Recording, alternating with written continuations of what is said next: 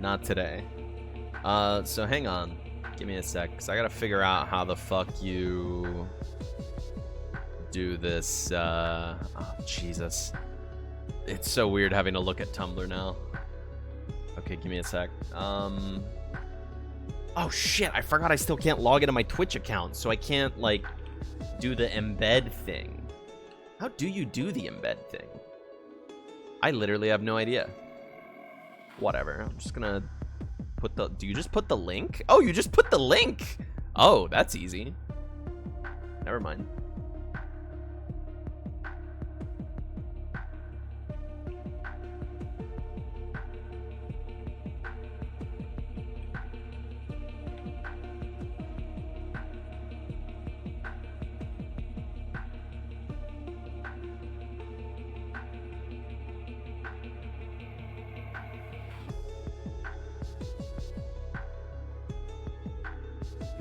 Let's see, let's see.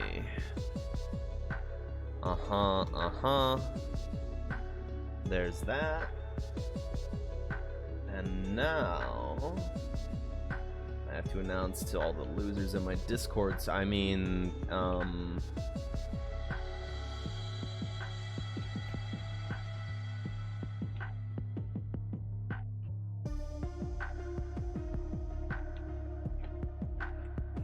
undisputed, unchallenged, champion of Mikey's Hell Rush. It's true. Nobody on my friends list has contested me. They're all pussies. Oh, hang on. I forgot what Wayne's server looks like. There we go. Okay. Yeah, what up, HDM? PP jumped on your back earlier. Yeah, the other day she climbed up my chest and then went up onto my shoulder and then jumped off my shoulder to the floor. So she's getting brave when it comes to the jumping. Let me turn this game down just a touch. Just a touch, down to 15. That should be fine. Change my game? Oh, yeah, it is still set the streets, huh? I wish it would just do that shit automatically, dude. Fucking A. Alright. Let me see if I remember how to play this game. Yeah, Hell Rush, you better believe it. Nobody on my friends list has even finished it. They're all cowards. They're all cowards and weaklings. Let's get it. See if I remember how to play this game. First of all, that jump was bad, I think. It's okay. I'm not seeking to... Well, if I break my record, I break my record. But I doubt I will. It's been... Oh, yeah. Oh, yeah. It's been far too long. So you go down here, and then you... Oh.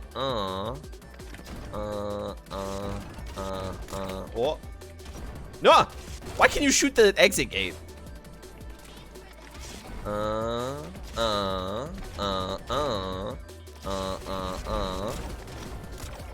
There we are. I still vaguely remember this stuff. Oh, wait a minute. There's still one more. Ah, there it is. We're good, we're good, we're good. Wow. Who did that? Yo, Mubi with the big 8. Thank you. You're too kind. Ah! Okay. Yeah, the Neon Mimi portrait art is by Kadya. Shouts out. Ah. I wonder if I could just, yeah, skip all this crap. Can I make it up here? Oh, you can. Perf.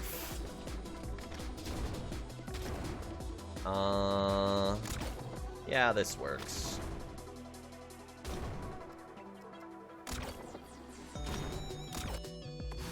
Whew. Nah, it's not worth messing with those yet.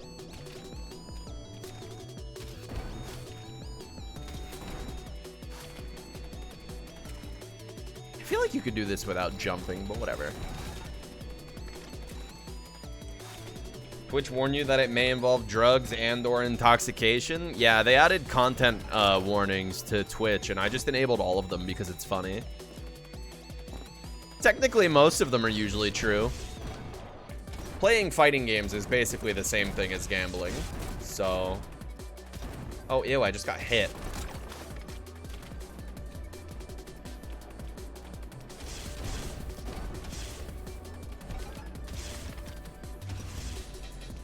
Oh, come on. There we go. We're good.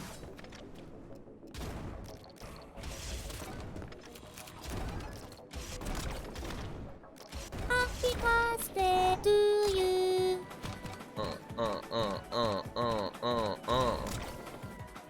Whew. Who did that? Sam for Hands with a big 10? Hey, thanks. You're too kind.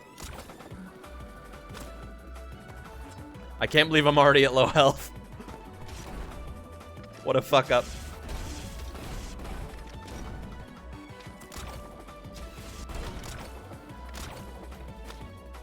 Woo.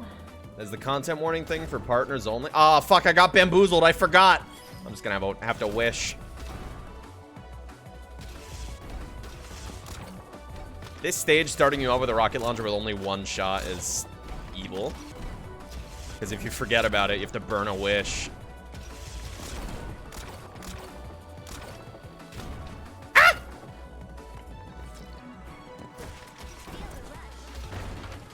Yeah, Twitter is fucking dead.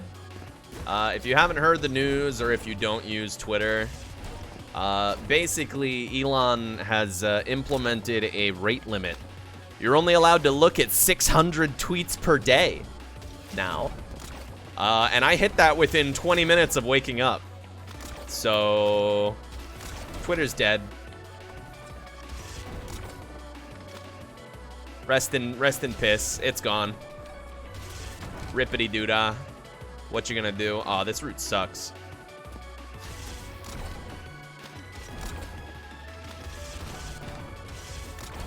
There we go.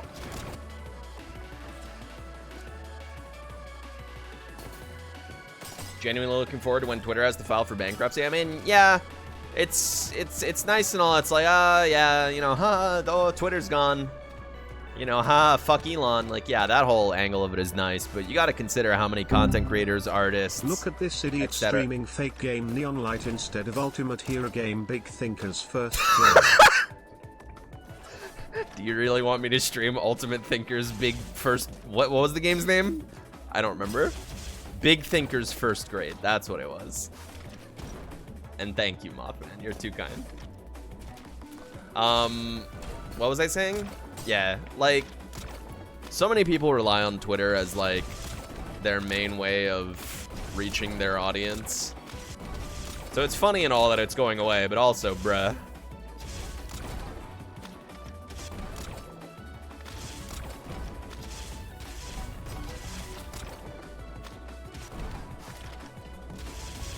Did I miss one? Nah, we're good.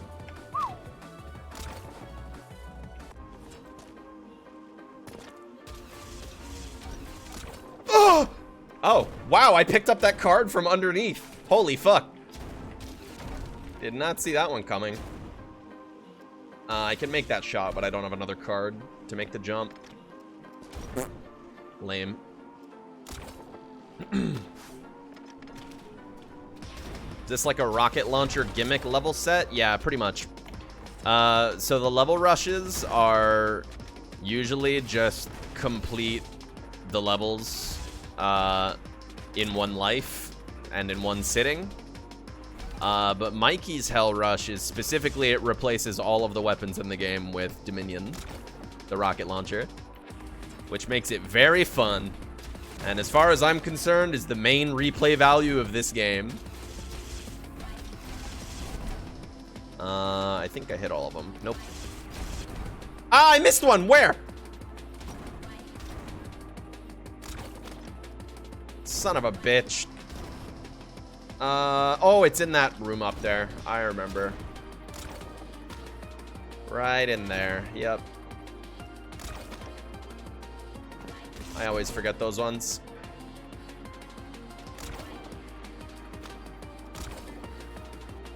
Yeah, this is, I think you unlock this for doing all the social links, maybe?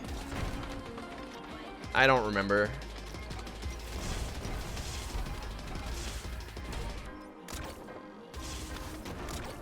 I don't fucking remember. Whoop.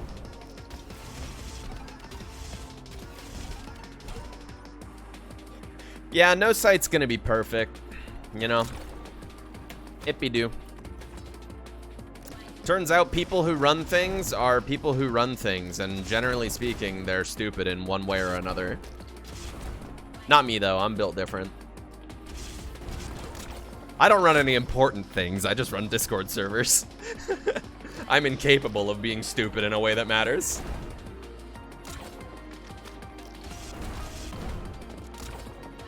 How long have I played this game? I don't know. That wasn't it? Oh, there's still one up there. Shit. Is there another card down here? Yeah, we're good. Oh, wait, I had 2 grappling hooks on me already. I was fine. Yeah, there we are. Don't be bamboozled. Yoink. I just know, when did I full heal? I don't remember picking up a heal card.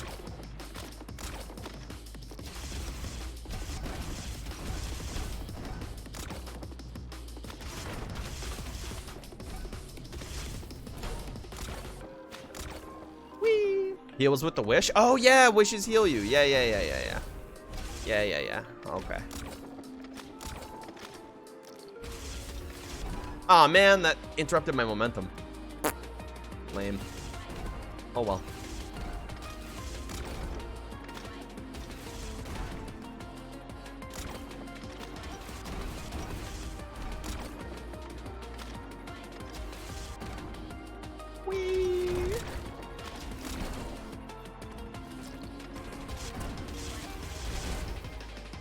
Whoa.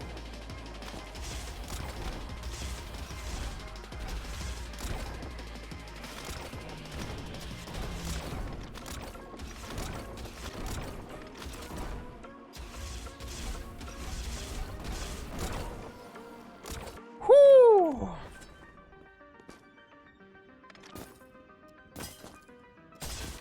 I mean, yeah, I 100%ed the base game, but I don't, like, no life this game or anything like that, you know? I'm not, like, good at it or anything. By any means. Oh.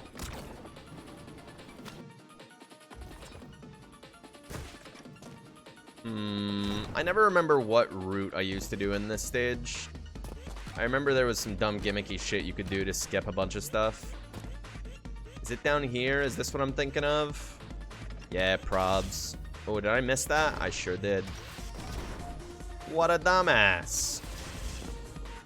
Bro, I missed both of those? Uh-oh.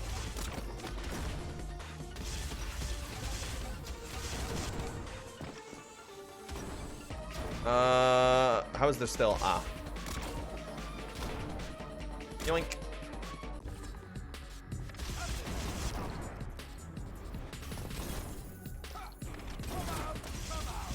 Damn.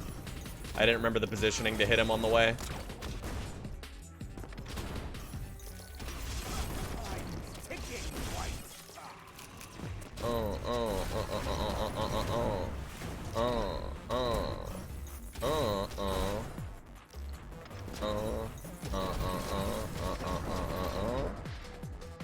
We skip straight upstairs.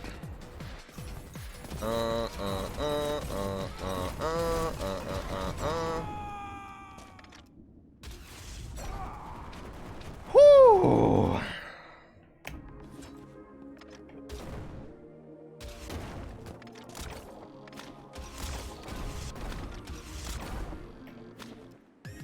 At the very least, like, the first, like, half of this game is ingrained into my muscle memory.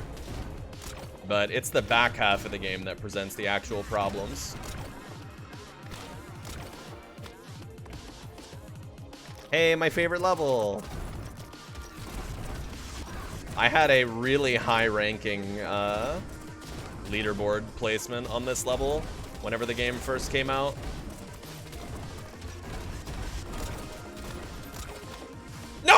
Okay, we made it, we made it, we made it.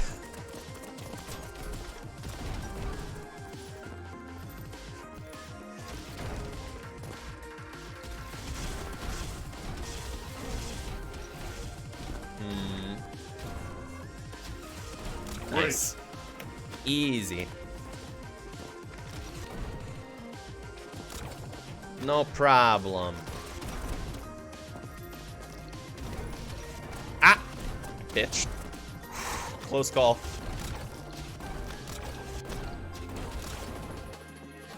Whoo!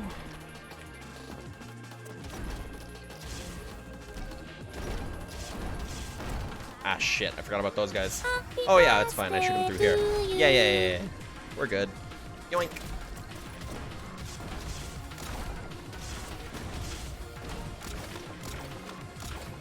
Woo! Yo, Cookie with the big 21. Shouts out.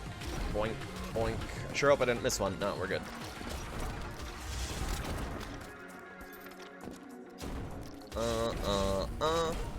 Wait. Whew.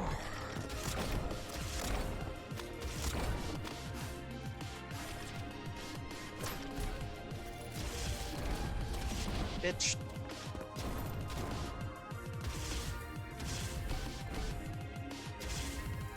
Do I make this? Yeah, we're good. Whee! What?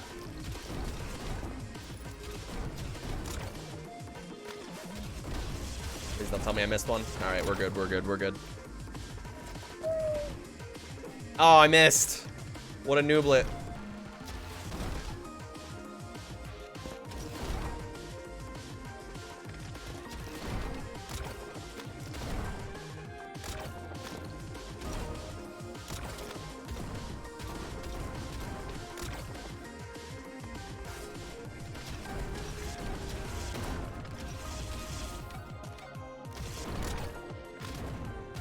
What? Composure. I guess I'll get the guys in the middle part on the way down. Yeah, like such and like so. Oh shit, who am I missing? Oh fuck, did I leave one of the balloons alive somewhere?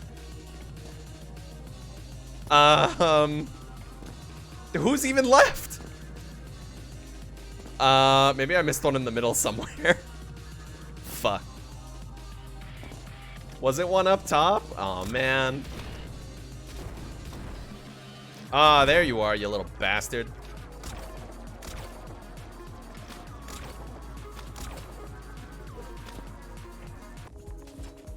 Alright, now's where the real pain begins. These purple things, if you step in one of these lasers, they just kill you instantly. And I missed a shot, so that's no bueno.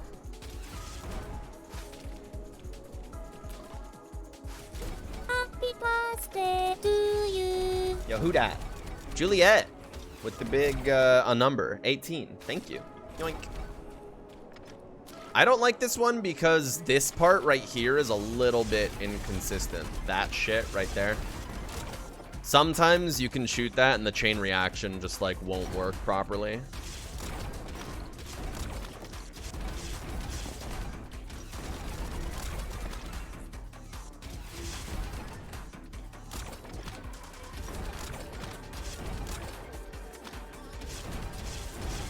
Nice, I didn't miss any. Woo!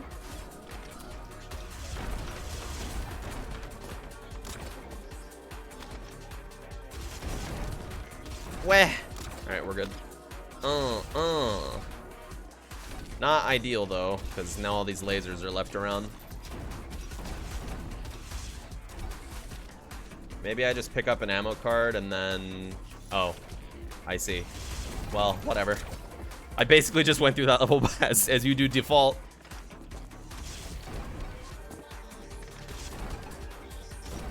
Ugh, I hate this part, too.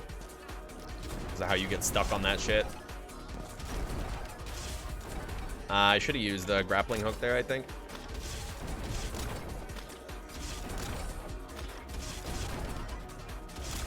Ah, shit. Oh, well. Could have been a bit faster, but oh, well.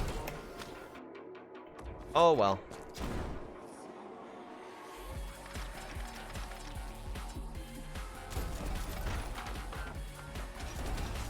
Oh, fuck. I don't remember where to stand.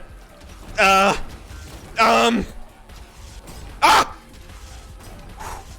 Composure, composure. We're good, we're good, we're good, we're good. We're good. Just a little bit low on health. We're good, we're good, we're good. We're good. Boom, boom, boom. All right, we're good, we're good. Composure. Composure. And then, and then swoosh over here. And then, and then, and then,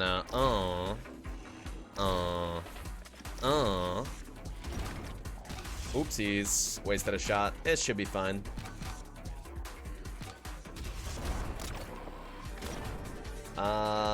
Right, yeah. It's just that thing. Cool, I didn't realize you could shoot it through that.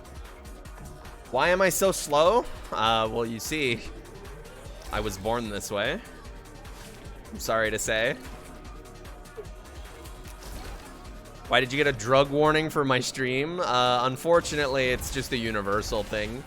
It has nothing to do with age settings or anything like that. It's just straight up. Did I get those two heads over there? Yeah. It is just simply the way that it is.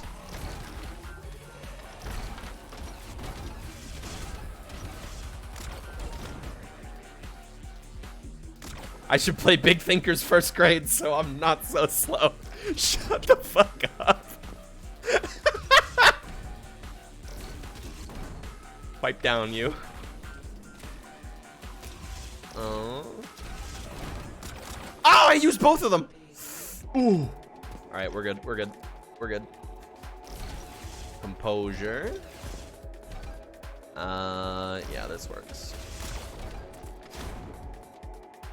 Nothing up there. Boom, and then a boom, and then I think I'm good. Nope. Nope. I missed something. Oh. Was it just that? Yeah, it was that. We're good, we're good. Neon White is on sale? Damn, that's cool. Hey, you should buy this game. If you like, fast-paced, fun, like, puzzly kind of platformer shooter type deal. Kind of hard to describe this game's whole deal. It's like a high scores rush type beat, sort of.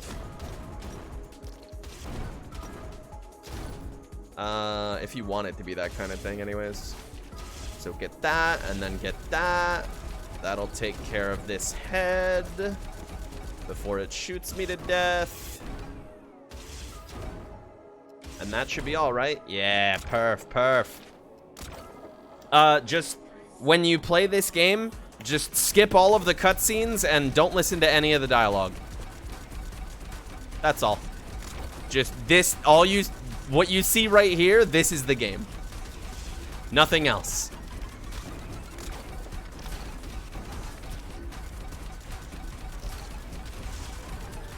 Oh, am I gonna make it? Happy birthday to you. Oh, I'm gonna make it.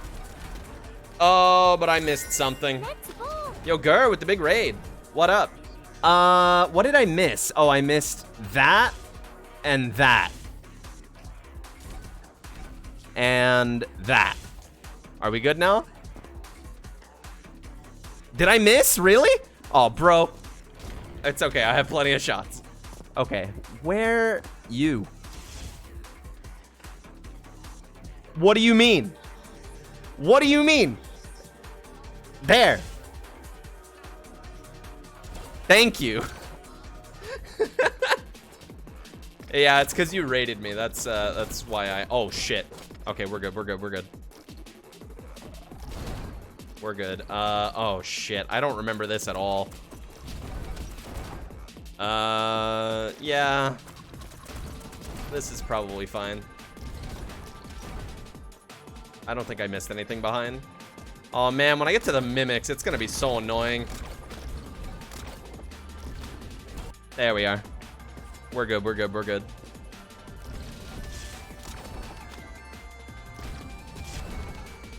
I don't think I go over there. I think I just skip up here, shoot that guy, shoot those guys. Bada bing. Avoid that shit. Please don't shoot me. All right, we're good, we're good, we're good. A yoink. Oh God, no, no, no, no.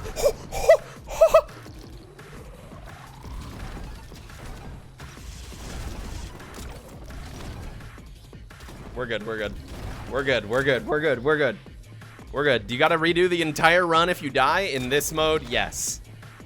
Yes. Very much so, yes.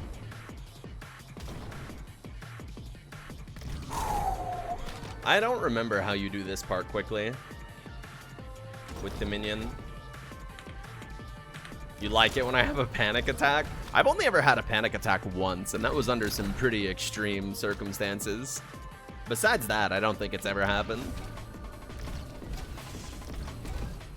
Oh, right. Yeah. I remember, they're down there. Yep. Whew. Oh, fuck. I forgot about this one. Oh, it's fine. It's fine. It's fine. This is easy. This is easy.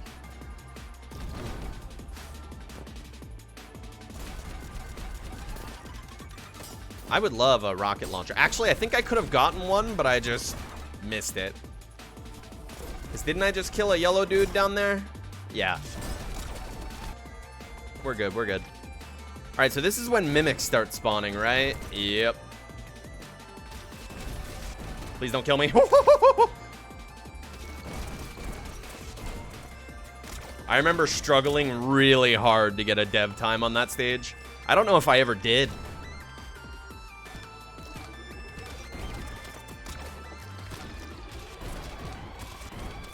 Now I just go around here. What? Water. Oh, water. Of course. Ah! Thank you.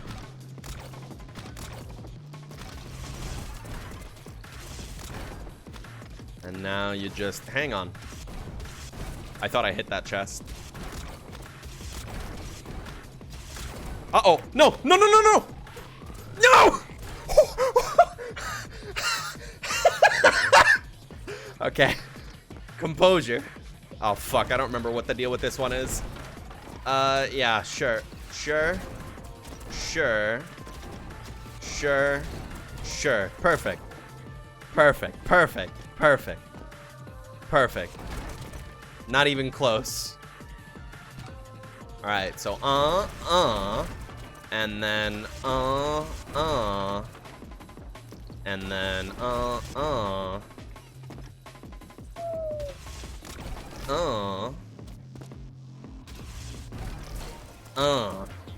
perf. You can get a scream when the scream is damn well ready to come out naturally. I don't come on command. I mean, scream. What? Oh, shit! Oh, whew. It's okay. If I remember correctly, there's a pretty easily accessible heal on this level. Oh, shit. Yeah, there it is, there it is, there it is. Nah, it's fine.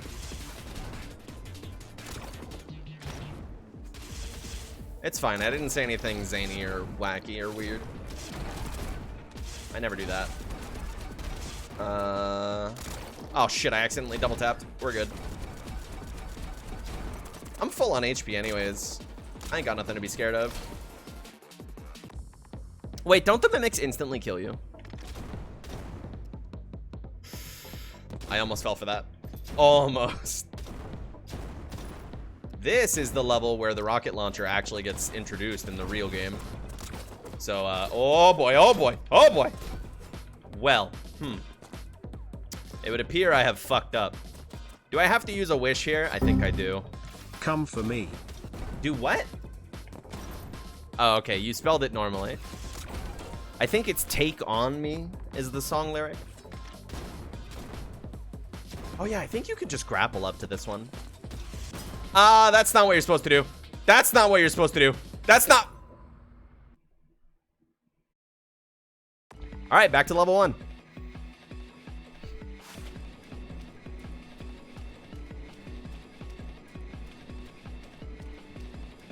An attempt was made.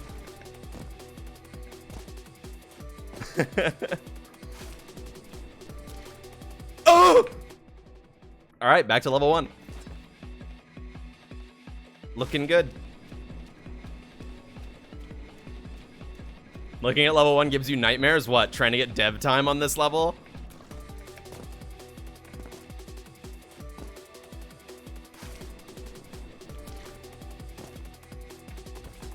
Ah, shit. I forgot. You walked right at the start of this one.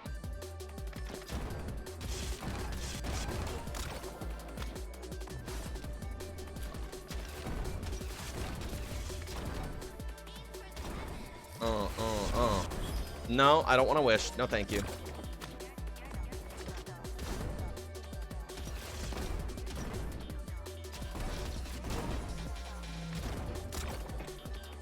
Whew. Trying to beat anyone's time on this level. Yeah, it really is like micro optimizations. It did not feel good to lab out this or the first level for sure.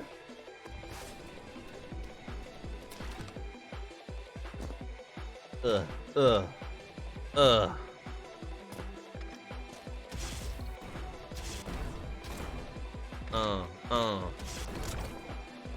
boop, boop, boop, boop. Oh, wait, I forgot. Wait. Wow. Massive fuck ups. It's fine, I can recover.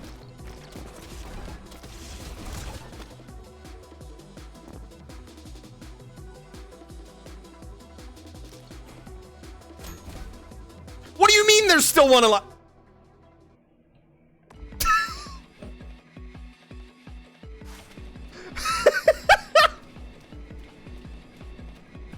We're just gonna try again.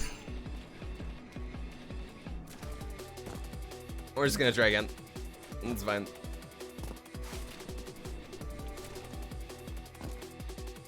It's fine. Hold right.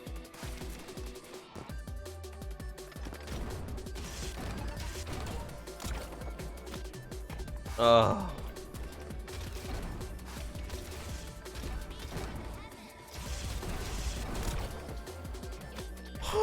Glass Ocean is probably my favorite track on the soundtrack.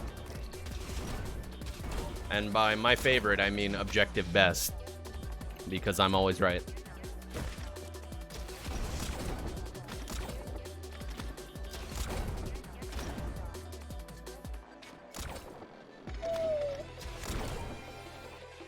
I do also really like Violet's theme though. And the theme that's used in the like 2 levels on the way up to the first green fight. But Rigged Game, that's what Violet's theme is called. But the one on the way up to green is like, it's literally there for like 2 minutes of gameplay time. If even that.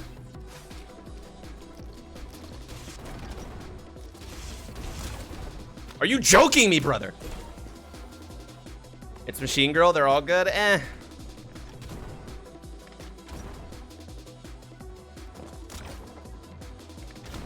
Eh. What?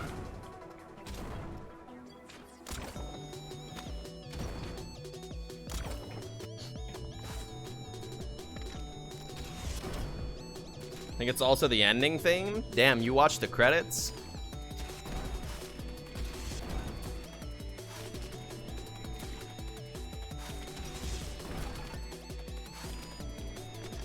That's crazy.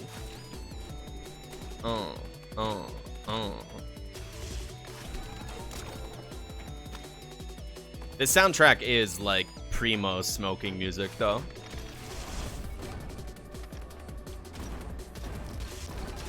Good ass tracks to get stoned to, for sure.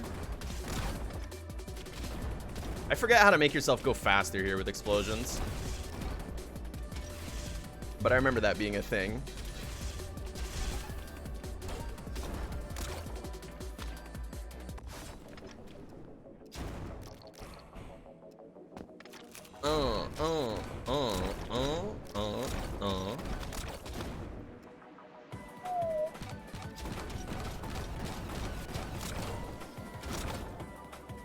You're joking me.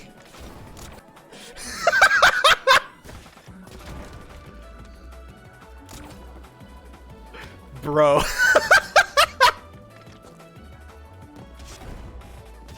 Oh, what do you mean?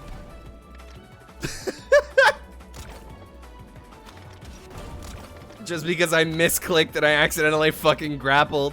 I don't get bamboozled.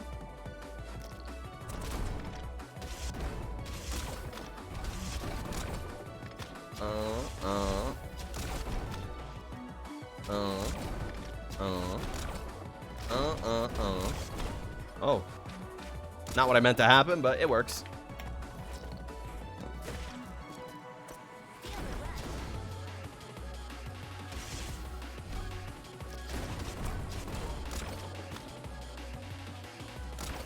Oh, this game again? Yeah. See, I have this problem where I really want to stream Magic the Gathering, but I'm too broke for MTGO. Arena doesn't exist. And matchmaking with randos on Tabletop Sim or Cockatrice sounds like absolute dog shit. For stream games, anyways. I used to play a lot on Cockatrice, like a good 5 years ago or so, but people on there are insane.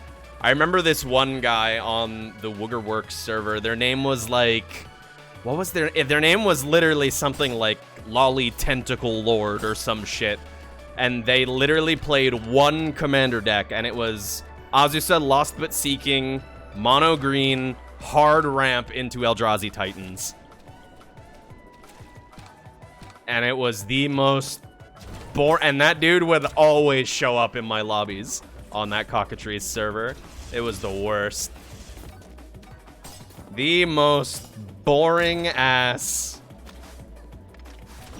EDH deck you could possibly brew.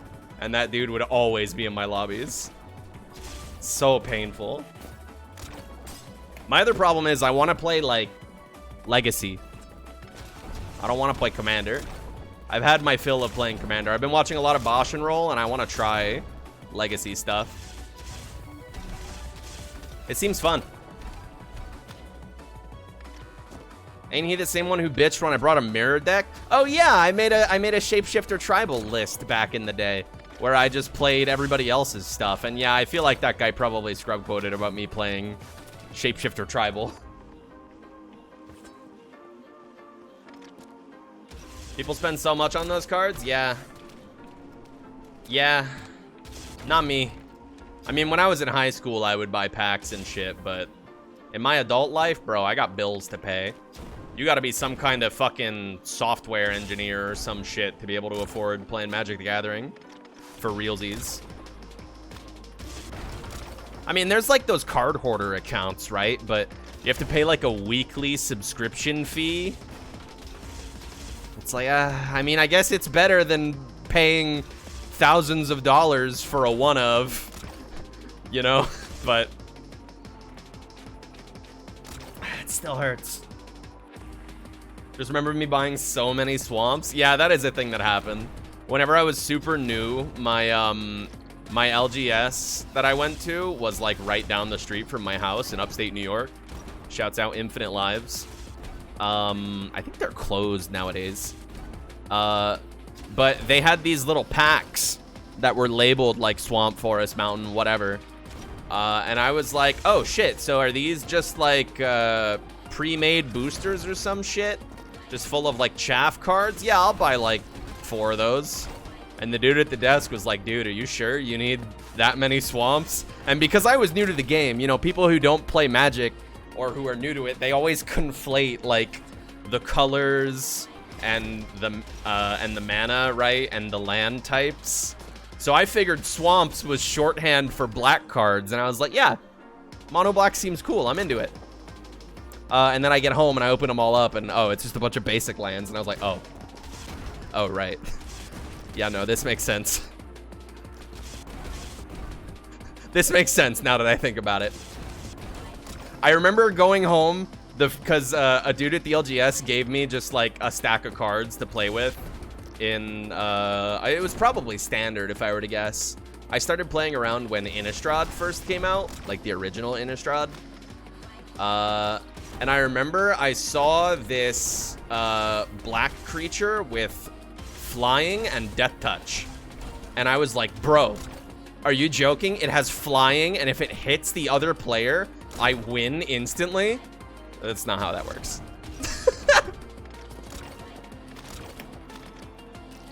I did, in fact, have to get explained that in an actual match. Good times. Good times. You spent a fair amount on the Lord of the Rings set. Ooh, you chasing collectibles, you fool. Don't you follow Talarian Community College? That guy uploads like 4 videos a week saying, is it good to buy sealed product? And the answer is always no. Buy singles.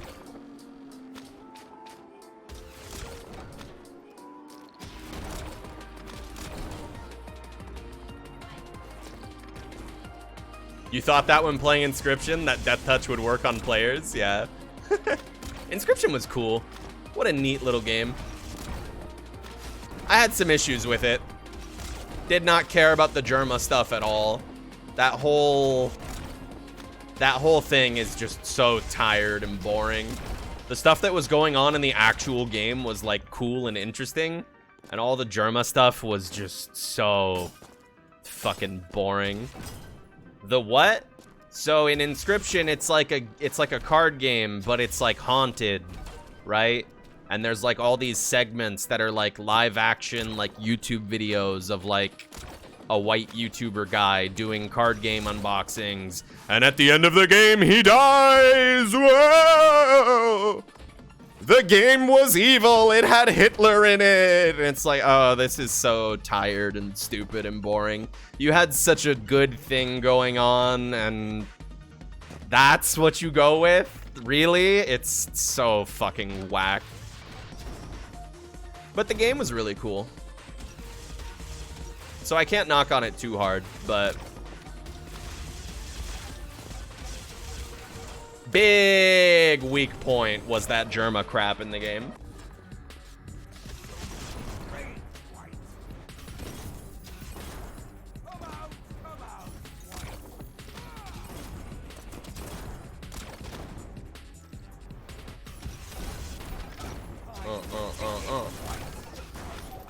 Oh, right. Don't you shoot me. Oh, I already picked up a health card. We're good. Much slower this time around. I'm not using enough grappling hooks.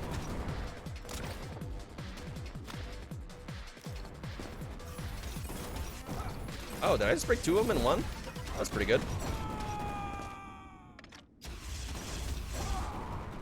Whew. You're lost. Was Germa actually in the game? No, I just call him Germa because he was the character was like a white guy YouTuber dude. So I just call him Germa.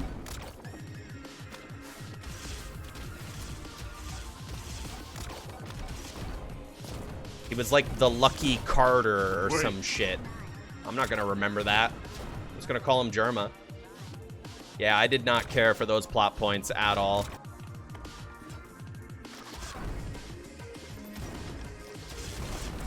Super fucking whack. Super cool game though. Big recommend. Sorry for spoiling it. I guess.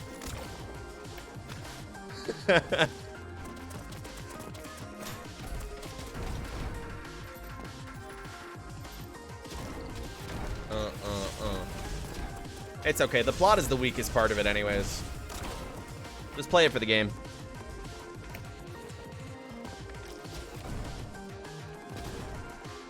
And if you like the way Inscription plays, come learn Magic the Gathering, because it's very similar.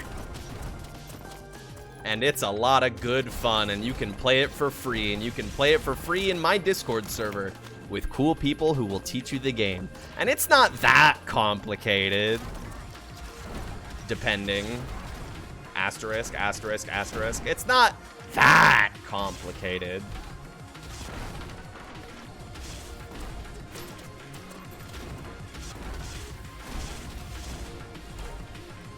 Do they got Ouroboros? Nah, there's more fucked up shit. Let me tell you about this little thing called Urza's Saga. No, I'm not going to.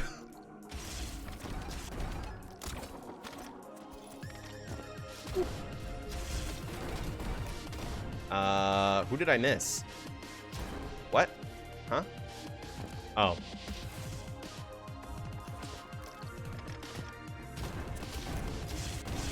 Come play Digimon TCG. I looked through the rules for the Digimon TCG and I checked out some of the example decks that they have in the tabletop sim board for it.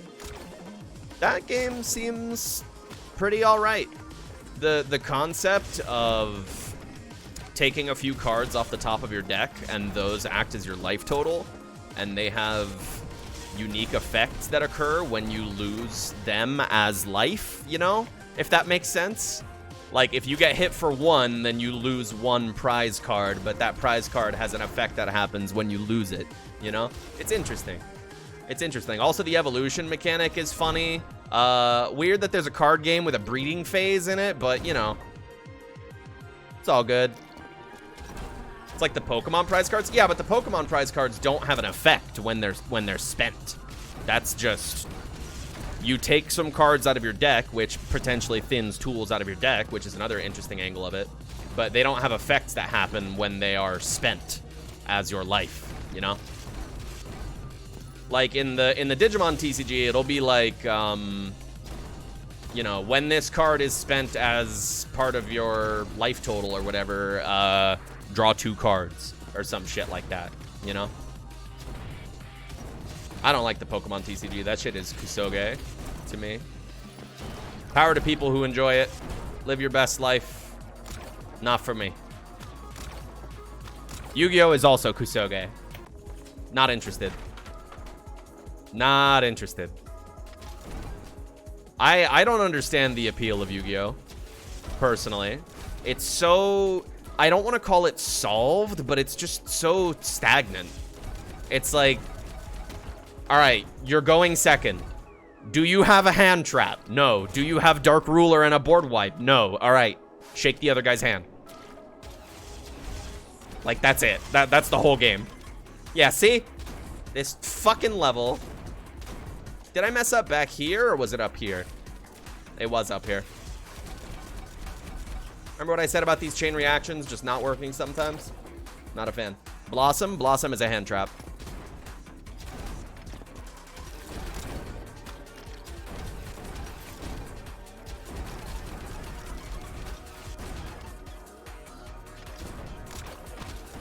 I do like some of the stupid gimmicky shit you can do in Yu-Gi-Oh! Like Crooked Cook.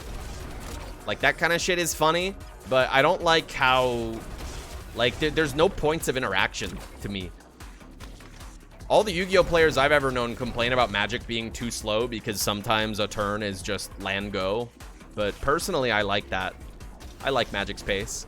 I guess you'll prefer whatever you learned first, naturally. But the way Yu-Gi-Oh! Is just kind of like, all right, turn 1. I tutor my entire deck. My graveyard is basically a hand. My exile zone is basically a hand.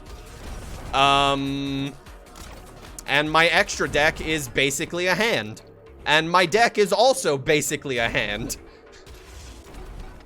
I take 15 minutes taking my turn 1. Here is a board state with 3 counter spells on board. Good luck. Like, that's it. That's the whole game to me. Maybe I'm oversimplifying it as someone who only dipped her toes in briefly fucking around on Master Duel, but as a Magic player, that's how Yu-Gi-Oh! Feels to me.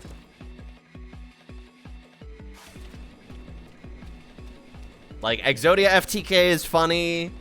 Jackpot 7 is funny. Inferno Tempest or whatever the fuck it was, that's funny.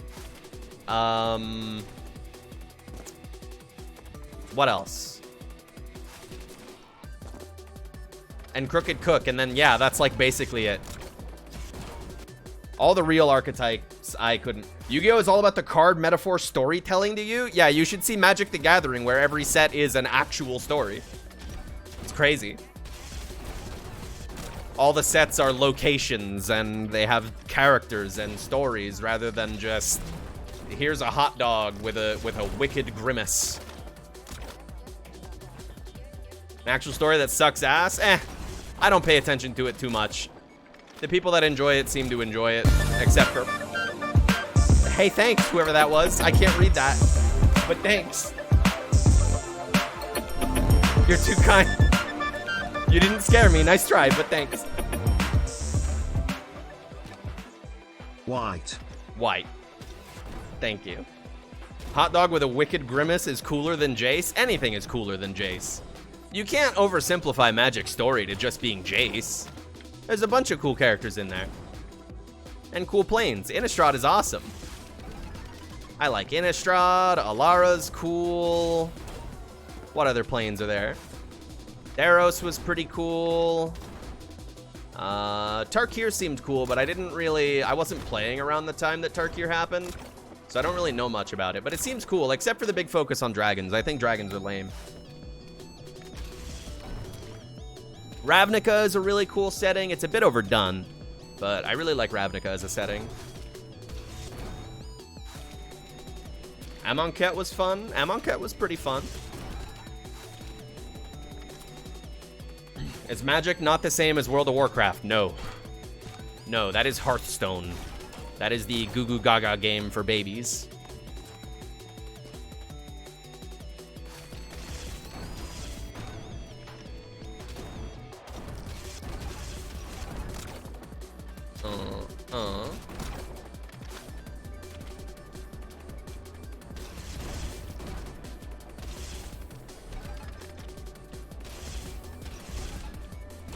Phyrexia and Mirrodin are cool, but I don't like the whole multiverse thing. They keep trying to do all this like Avengers Endgame shit that I'm not a big fan of. War of the Spark and March of the Machines are both kind of IMO.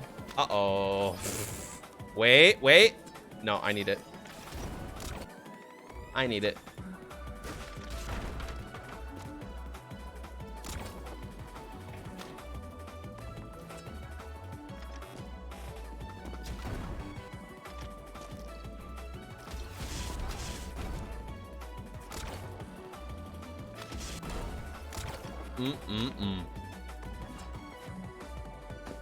Yeah, you can just choose the book.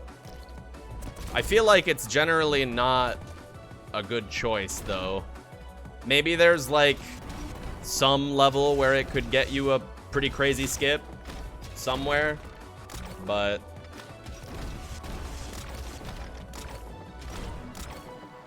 as far as I'm aware, I always just go with Dominion.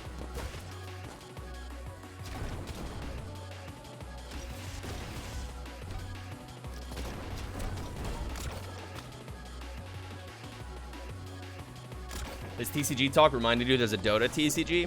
Yeah, I tried a little bit of Artifact when they made the whole yeah, fuck it announcement. And they made everything free and all. I tried a little bit. I think the idea that they had was interesting. And honestly, I don't think they were crazy for their idea of the monetization of allowing, like, they're still gonna sell you cards, obviously. But at the very least, you would be able to trade and sell cards with other players. All these other digital card game clients, you can't fucking do that shit. You just waste your money on microtransaction rolls, and then you just end up with a bunch of garbage, and you're just basically hunting for wild cards. Like, how is that any better than being able to trade for shit on the Steam market? I guess the bad part of Artifact's monetization was the buy-in. You had to, like, pay 20 bucks for the base client, and then also do the MTX shit, which, yeah, that sucks. That was probably a stupid idea in hindsight.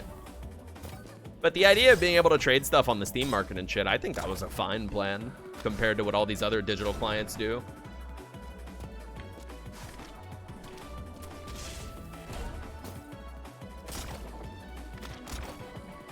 Yeah, I know, Movie. That's what a wild card is. And that system is dumb and predatory, IMO.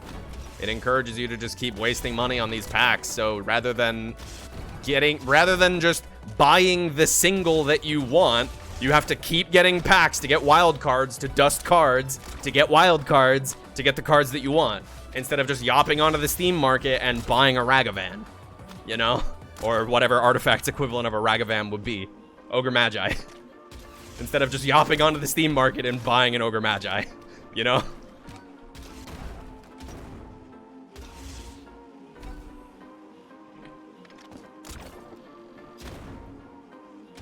I wonder if that reaches. Ooh. Ah.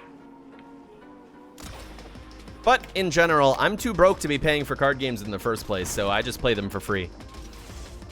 If you're interested in learning Magic, we do play Magic in my Discord server, Smile, on Tabletop Simulator. So if you already own that software made by the dumbasses that make it,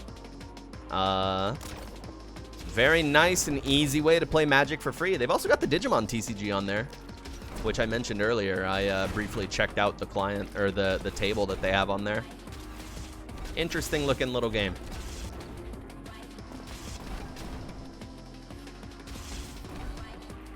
We're playing Magic. We're playing fucking Magic now. Y'all are playing Magic right now. There you go. But yeah, as for the actual gameplay of Artifact, believe it or not, having 3 boards is very confusing. And also, I feel like I just wasn't a big fan of the way shit worked in that. Like, the way combat worked was kind of weird. And having to maintain 3 separate board states at a time was a bit weird. And there was a lot of the R word that I don't like in my card games. Random. Not a fan. How did Artifact work? So just like Dota, you have 3 lanes, right? You have 3 boards. There are 3 board states, right? And on every board, there's a tower, right? So you win by either taking 2 towers from the enemy, or on one board, if you take down the tower, then you could hit the Ancient. And then if you killed the Ancient through one lane with the tower being down, then you would also win, right?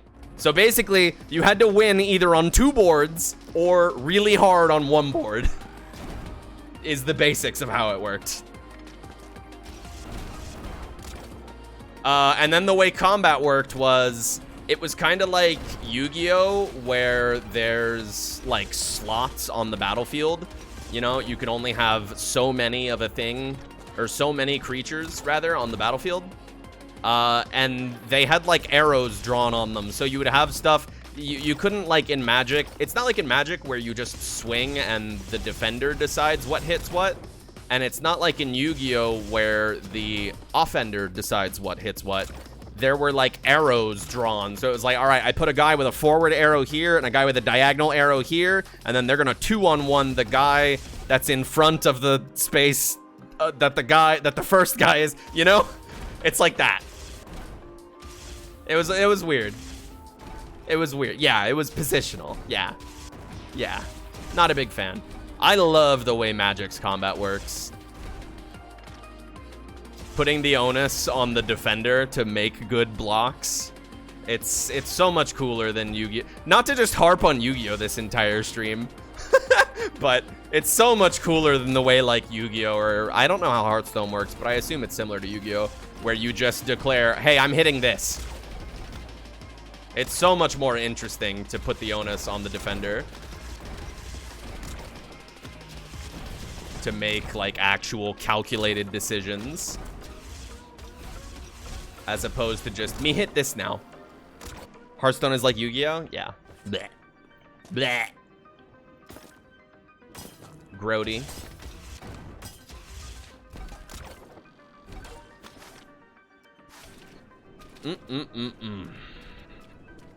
Oh yeah, Artifact did also have gold and items, just like real Dota.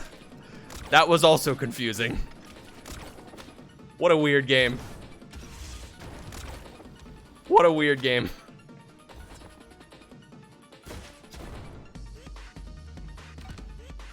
Those 2 most recent stages were really slick. Yeah, that last one with the with all the blue dudes I feel like those ones are probably some of my more confident flows where I can just kind of go and not think about what I'm doing in the stage.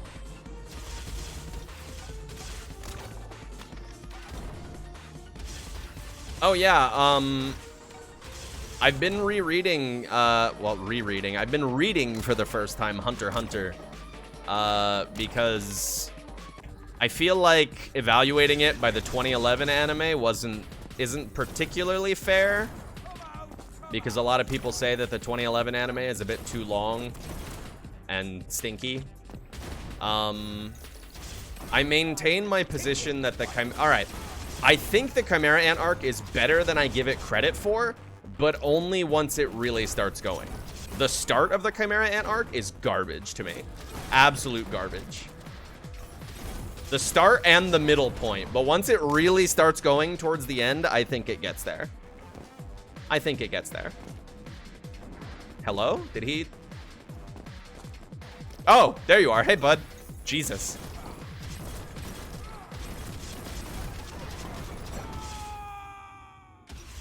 Once it starts going, I think it's good, but generally speaking, I think it's kind of messy and drawn out. A lot of stuff didn't need to be in there.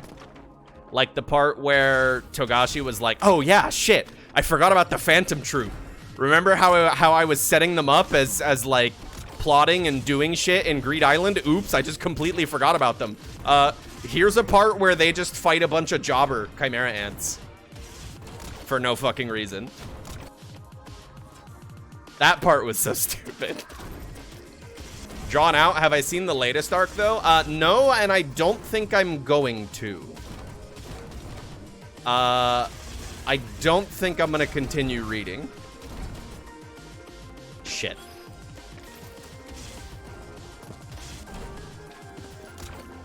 I don't know. Everything beyond doesn't seem very interesting to me. They started going on some flat earth shit.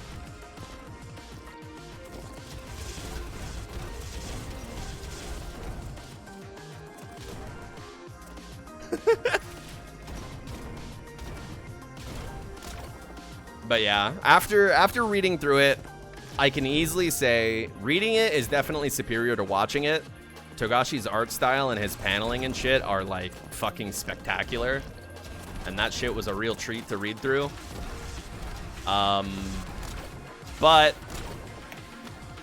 Chimera Ant arc is mid, and I don't know if I'm gonna keep reading after it. I'm way overdue for a little tip. Yo. Been watching your stuff for a while and silently enjoying it. Smile rush this hell. Smile? Hey, thanks. You're too kind. I think that was Fennec. Thank you. It's really hard to read who the donations are from on my side monitor. But thank you. What's my favorite arc? I probably liked Greed Island the most, honestly. Which is funny because I feel like a lot of people who like the Chimera Ant arc also dislike Greed Island, but I don't get that. Greed Island is so fun and weird. It has all this stupid, like, MMO mechanic shit going on. It's silly. It's awesome.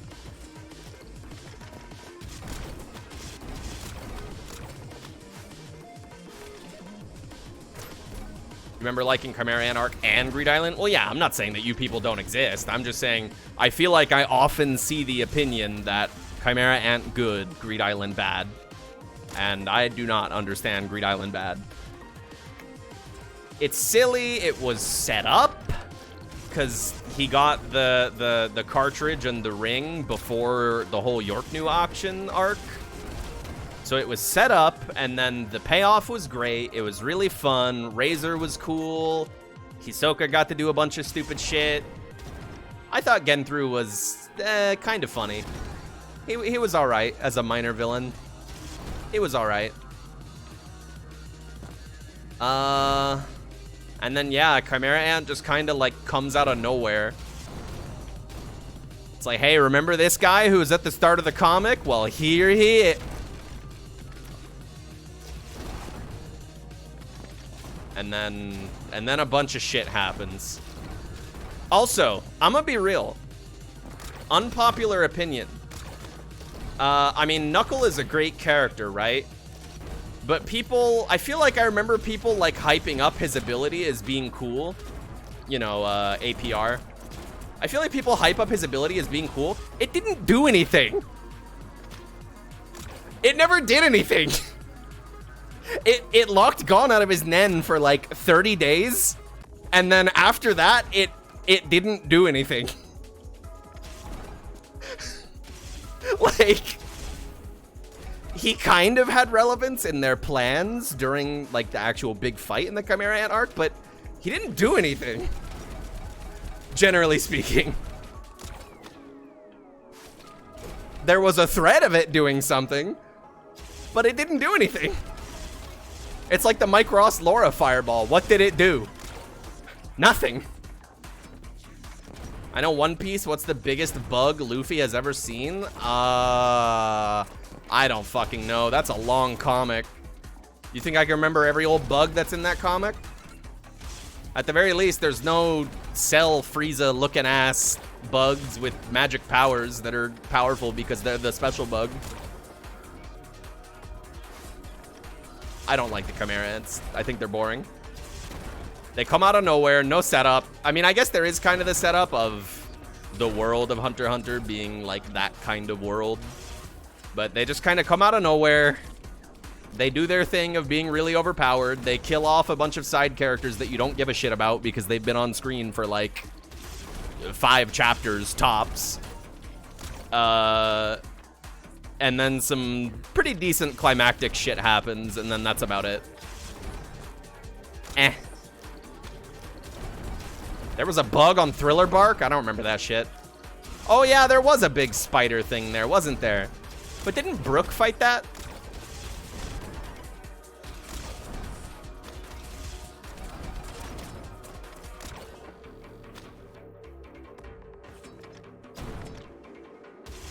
You like both, but Greed Island takes the cake? Yeah, I agree. Like, the silliness is what makes it work. It's fun. It's good.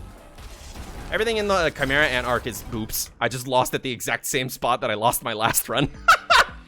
I'll be careful not to lose there next time. The Chimera Ant arc is like... It's so fucking serious, man. It's so serious and edgy and gory, and none of it is like the fun, like... Because Hunter x Hunter always kind of had that like serious, edgy, gory undertone to it, right? Even from like the Hunter exam and shit. But it was always light and fluffy at the same time, you know? And then Chimera Ant just throws that all out. And it's like, no, it's all grim, dark, edgy now. Fuck you. All the side characters are dying. Everyone's getting fucked up. This is Attack on Titan now. It's like, not really there for that vibe. That's not what I came to the comic for. And now it seems that the rest of the comic after the Chimera Ant arc, one, no longer involves Gon, which I guess is interesting for a mainline shonen comic to just abandon the protagonist. It's kind of an interesting idea, but also at the same time, it's kind of like, what? And also it seems to just mainly be about like the socio-political state of the world, which is like, okay, that is also not what I came to this comic for.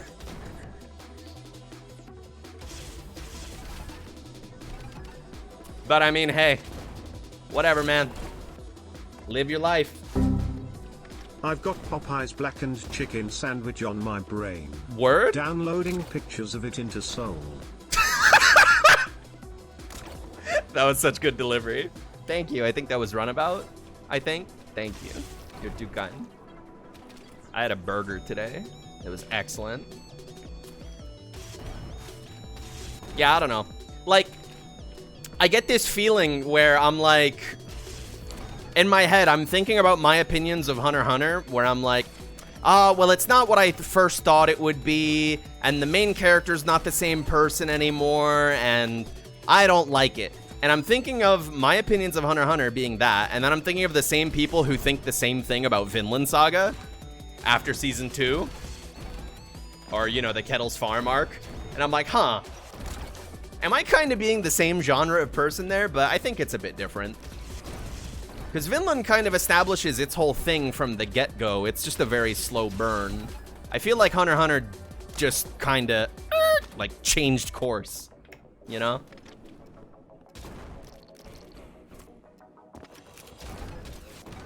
Whoa! Whew. Sorry, I kind of went Hank Hill mode for a sec there. Whoop. Still need to watch Vinland Season 2. It just finished. What? 2 weeks ago? Last week? I don't remember. It was great. It was fucking excellent. The anime team did a great job both adapting it and changing some stuff, adding in some stuff. Some of the sequences they added in, they even did this really clever dream sequence early on. Shit, I bamboozled myself. Where they reused footage from season 1, but in a very clever way. It was super fucking good. It was super good. As always, voice performances, knocking it out of the park. Soundtrack, fucking amazing. Big recommend if you ain't seen Vinland Saga. You want some nice historical fiction, some good shit. That's a good-ass cartoon right there. Hey, someone mentioned Metal. You said the Attack on Titan shit is disappearing from Dead by Day. It's getting removed, like, retroactively? Or is it just being removed from the store so you aren't able to buy it anymore?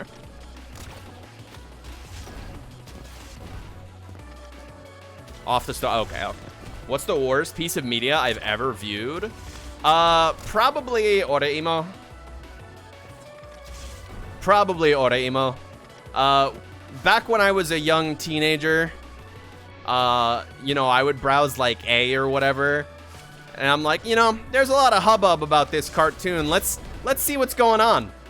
Let's see what's going on with this, because, you know, back then I would watch like all sorts of slice of life shit.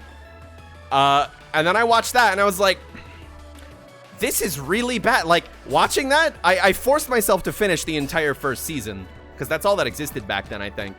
But I forced myself to finish it out of some level of stubbornness, and I was like, wow, this is actually fucking garbage. It was like eye-openingly terrible. It like physically hurt to start.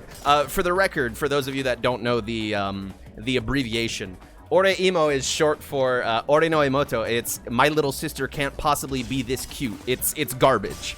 It's absolute 0 out of 10 drivel. And I watched it back when I was a teenager because I was like, let's see what everybody online is talking about, you know? That shit changed me as a person. That shit changed me as a person for the better. I became a better person by suffering through that garbage. Holy fuck.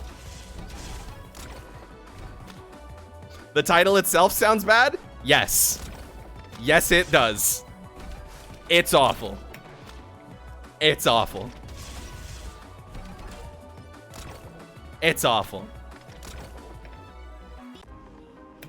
Yeah, Metal mentioned it, I think, but the first thing I ever saw, another fairly bad cartoon, was Higurashi. That was actually the first anime I ever watched front to back, because when I was a kid, I used to hang out on PlayStation Home, and I knew this chick who was really into yanderes and shit, and she recommended, like, I was like, oh yeah, I've seen, like, a couple episodes here and there of Naruto, and she was like, oh, you should watch Higurashi, it's great. And so that was, I watched that shit on the web browser on my PS3, bro. And that was the first anime I ever saw front to back. And I don't think it holds up. I don't think it holds up. Poisonally. I know people like the VN and shit, and people really like Umineko, but I ain't trying to read all that hogwash. I'm sorry. You guys can enjoy your 4D chess murder, whatever the fuck it is. I don't know. You guys can enjoy reading 400 books of that. Not for me. Not for me. No thanks. I'm good.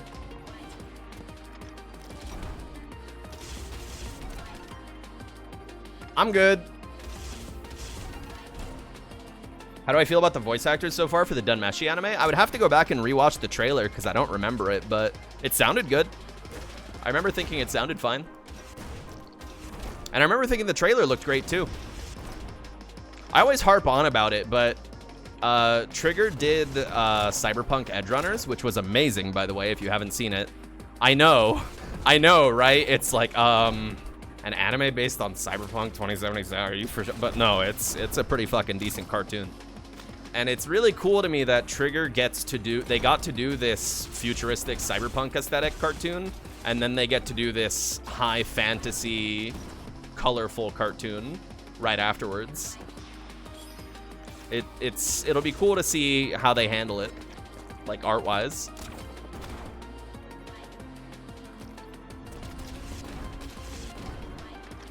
And if Cyberpunk proved anything, it's that a Trigger anime where they aren't the ones writing the story, fucking excellent. A Trigger anime where they are writing the story, it's just eye candy, and then they end up rehashing Gurren Lagann at the end. But Cyberpunk, whoo, baby, that shit was good. That shit was good. I've seen it too many times to count. Probably around 10 now. Good ass cartoon. Big recommend.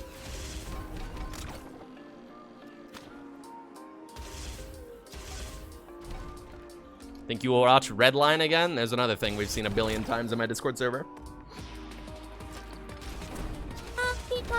Yo, Toastor with a big 27. Shouts out. Too kind.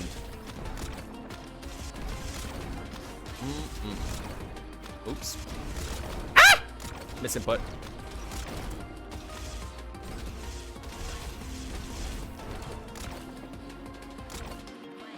I need to force my server to watch Ping Pong. Yeah, I feel like I should rewatch Ping Pong soon. That was a real good cartoon. Big recommend on that one as well. I tried to autocorrect ping to porn. Interesting. That says something about your typing habits. You're talking about porn more than you are about ping pong. What are you doing, bro? What are you doing, bro?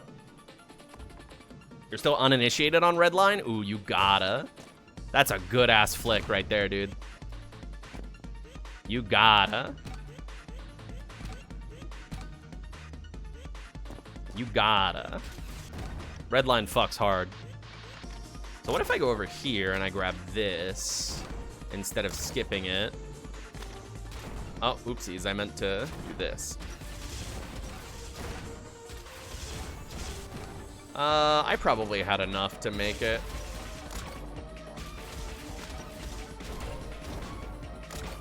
There we go.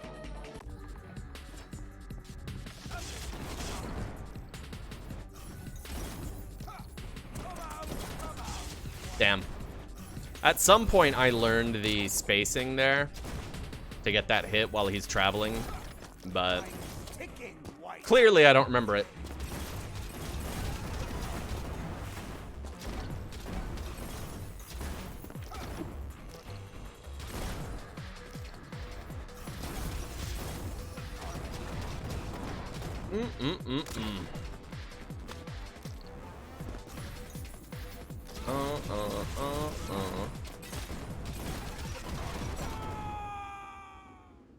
But yeah, if you're not on my Discord server and you like to watch cartoons and stuff, you should get in there.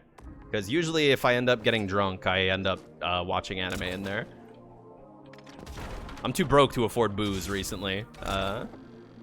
But usually when I get drunk, I end up watching anime or something in there.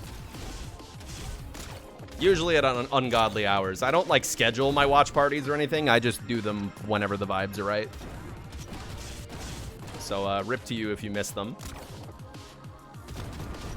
Ah! Recently we've been chewing through Star Trek Deep Space Nine. Again. It's been great. The biggest of recommends. Almost on season 6. Looking forward to it. Oh, please get me up there. We're good.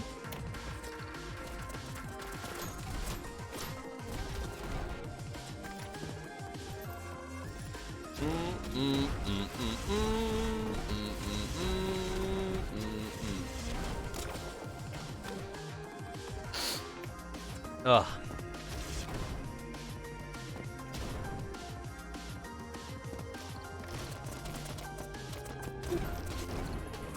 Oh yeah, I should probably mention, in my Discord server, you can also subscribe to me there instead of Twitch, in case you haven't heard me harping on about this in the recent times I've been streaming. Do you know what Twitch pays me for your subscription, chat room? You pay them $5, and they pay me $2.50. You pay Discord $5, they'll give me, I'm not trying to do math right now, but it's a 90% pay split. It's a whole lot better than Twitch. Whole lot better.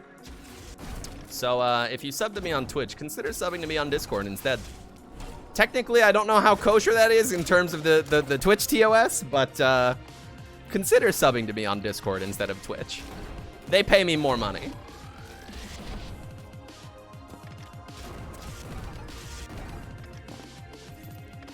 You don't get like fancy emotes or anything. You get one emote, because I drew one. There's also a tier that's cheaper than $5 if you want to put in a tip, a monthly tip for less than the big 5. There's a $2.50 option. The only level that comes with perks is if you do 15 a month, then you get to post penis in my Discord server. Don't use the hype chats; those are a scam too. Yeah, Twitch is just trying to get in on a cut of donations with the whole hype chat thing. It's, seeing as how Twitter died this morning, it made me think, I wonder how long Twitch has for this world. Because Twitch has been being flushed down the drain as of late. So I wonder, I can only wonder how long until Twitch becomes so bad that we just can't use it anymore. That don't mean any penis, right? Well, it means the Whitebeard penis. Technically, you can, but technically anyone can post penis in my Discord server as long as you drew it. But, you know.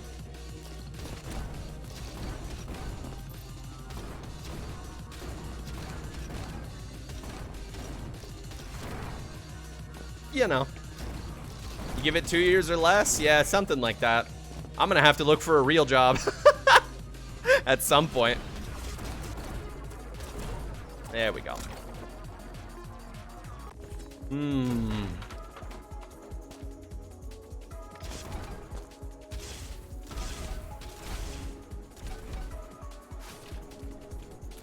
Or go to that other one?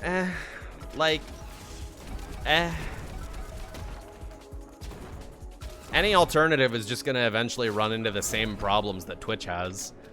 If anything, rather than going for any alternative, I would just use Discord. Like, I have access to Discord subscriptions. I can stream on there. Discord streams are kind of trash when it comes to quality and bitrate and such, but it's better than nothing. It's better than trying to rebuild a platform on some stupid new website nobody's heard of that nobody wants to use. Yeah, catch me out on Chicken. No E. Catch me on Rumbler. Catch me on what's a website name?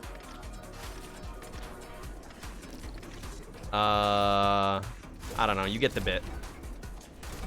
Like, you remember Mixer? You remember Hitbox? Like, these alternatives don't stick around. They don't stick around. So whenever this Twitch thing dies, I don't know.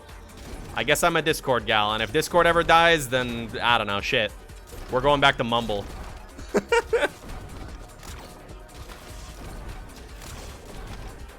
We're going back to Mumble.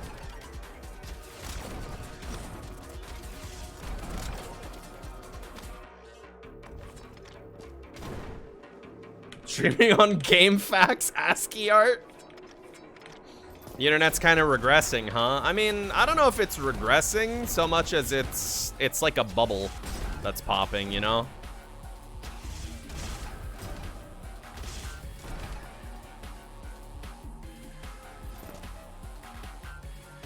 Like, more and more tech bros are starting to get into these CEO positions where they just demand stupid dog shit changes. The actual developers suffer under the regime of, like, the shareholders and shit. And so every service just ends up being completely ruined by all these dumbass arbitrary decisions made by morons that don't know any better.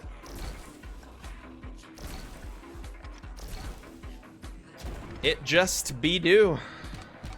Happy birthday to you. Yo, BBPG with the big 16. Shouts out. What up? Oops. This is fine.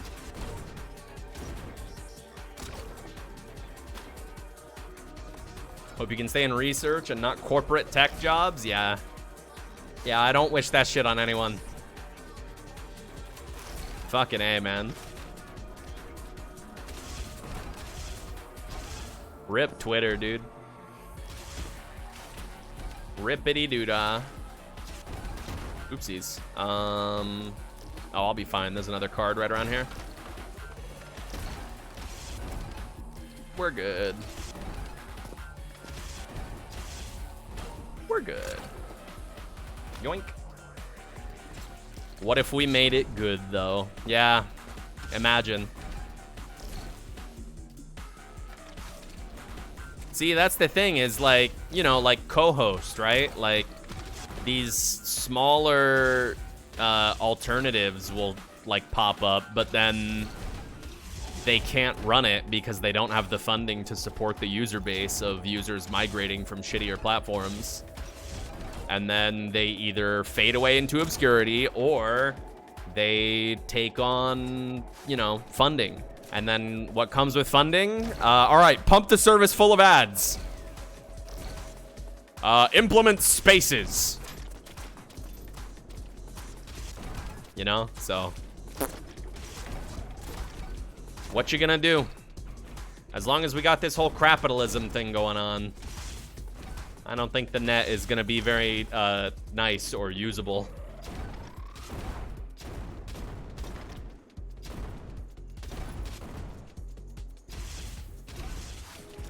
Well, it's usable to some degree, right? But you know what I mean. Like, consistently usable. Without services and shit getting flushed down the toilet by crazy, rich, egotistical, maniac white boys who are so insecure about users on a platform shitting on them that they purchase the platform and then proceed to run it into the ground.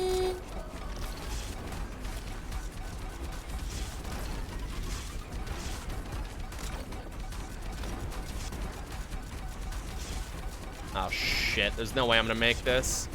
Alright, it's chill. I have a solution. We just gotta take the slow way around.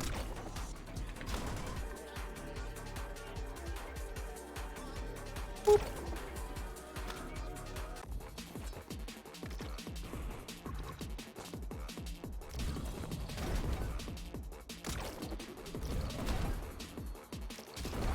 Whoops. Ah. Nah, that whole hate groups thing is like misinformation. The, what is it, Blue Sky? I think that's supposed to be like a tag thing, right? It's like a tag, like someone mentions like, I don't know, they're talking about like Chan incels, right?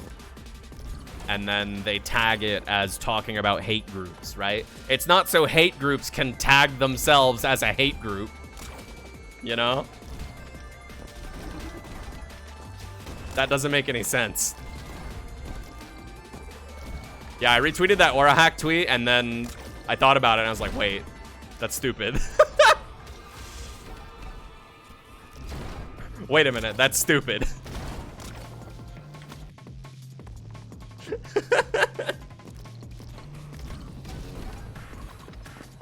Yeah, Twitter's moderation does not exist, and we use that one for a good hot minute. Well, Twitter's moderation does exist. It's just non-existent for the stuff that matters.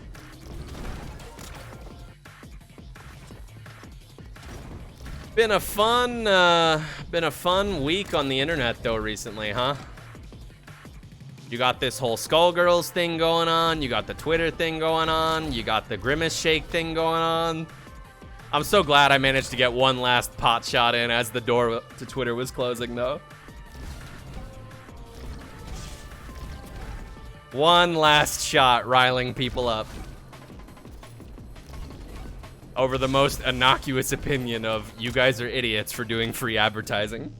Twitter's gone for good? I mean, basically.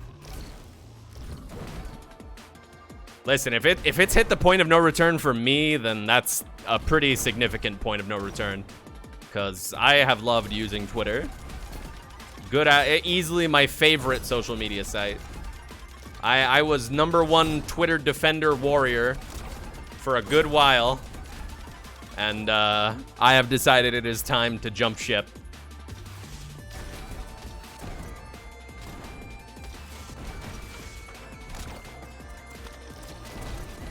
Let people enjoy things! Yeah, seriously. Fucking cuck mentality, dude. How does me saying that this thing is stupid hamper your enjoyment of it at all? I think maybe you should, like, you know, think inwardly about that rather than quote tweeting me. But it's just a bunch of stupid teenagers. I didn't look at most of those quote tweets. Like, I paid attention to that thing for like an hour the morning it started happening, and I was having fun messing with people for like an hour, and then I got bored of it and moved on to the next thing. Oh shit. Oh, close one. Yeah, I don't know. The people who always complain about seeing bad shit on their timeline or whatever, it's like, I don't know. Have you tried following better people? Or muting people who post bad shit? Or blacklisting topics? Or using TweetDeck?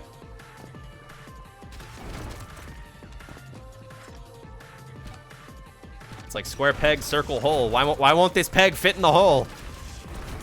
Oops. Have you tried using a different peg?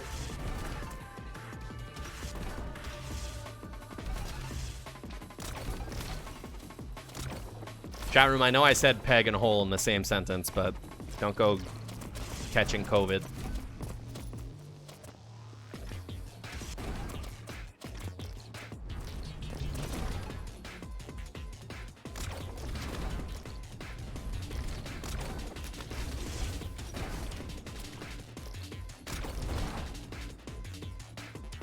Am I planning to make a new art Tumblr? I don't think that kind of stuff is allowed on that website. So, for the time being, no. I guess not.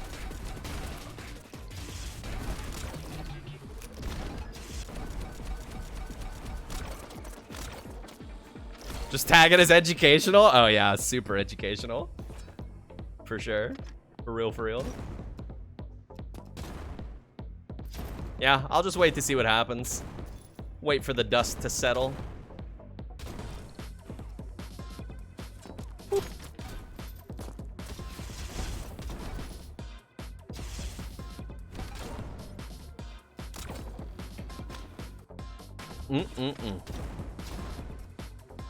Okay, don't fuck up this time. There we go. There we go. Composure. I feel like I missed an enemy. No, I didn't. We're good.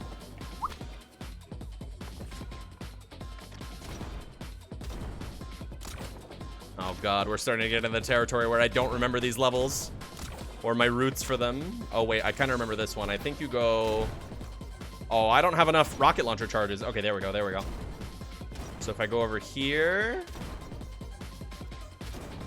I think this is it. Yep.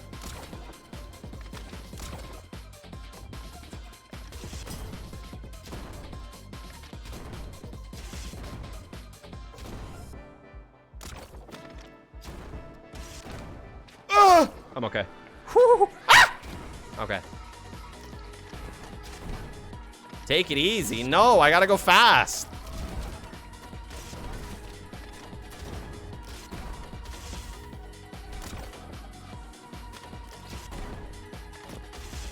Oh, shit.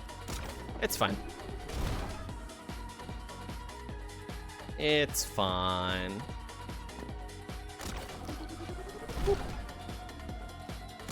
Podcasting the stream so you don't spoil yourself on this game? Oh, no, for sure.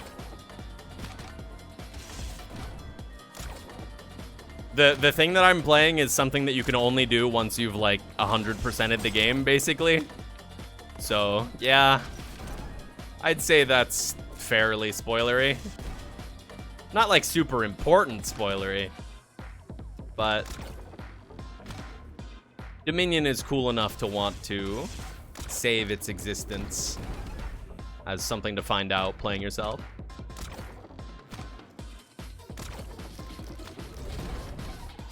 Oops.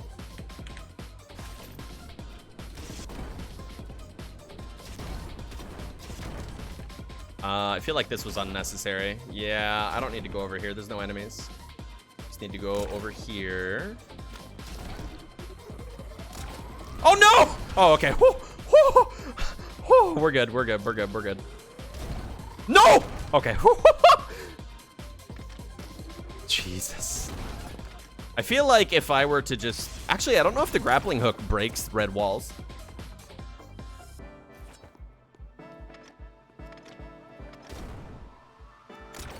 You cannot visit adult websites unless you give them your ID, bruh.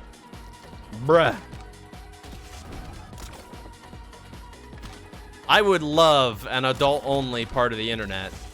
Because, Jesus Christ, I am sick of these fucking kids trying to follow me online. Bro, I am like 10 years your senior.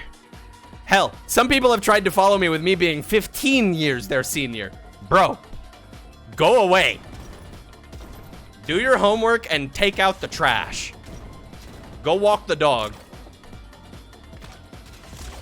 What the fuck are you doing on my account, bro? Go away.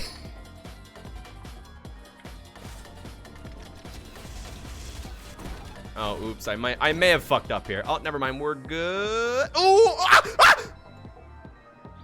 Okay, it's fine. It's fine. It's fine. We're good. We're good. We're good. No problem. No problem. I salvaged it.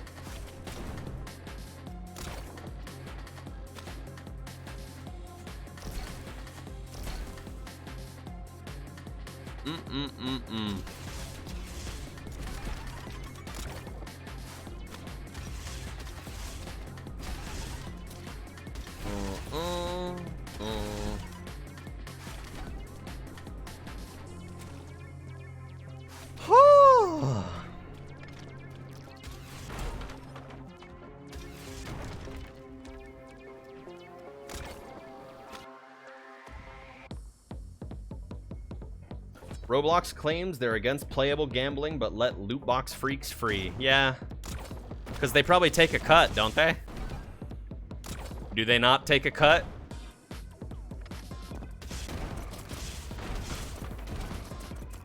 That shit's so funny to me, though. Thinking about how... So you guys know battle passes, right?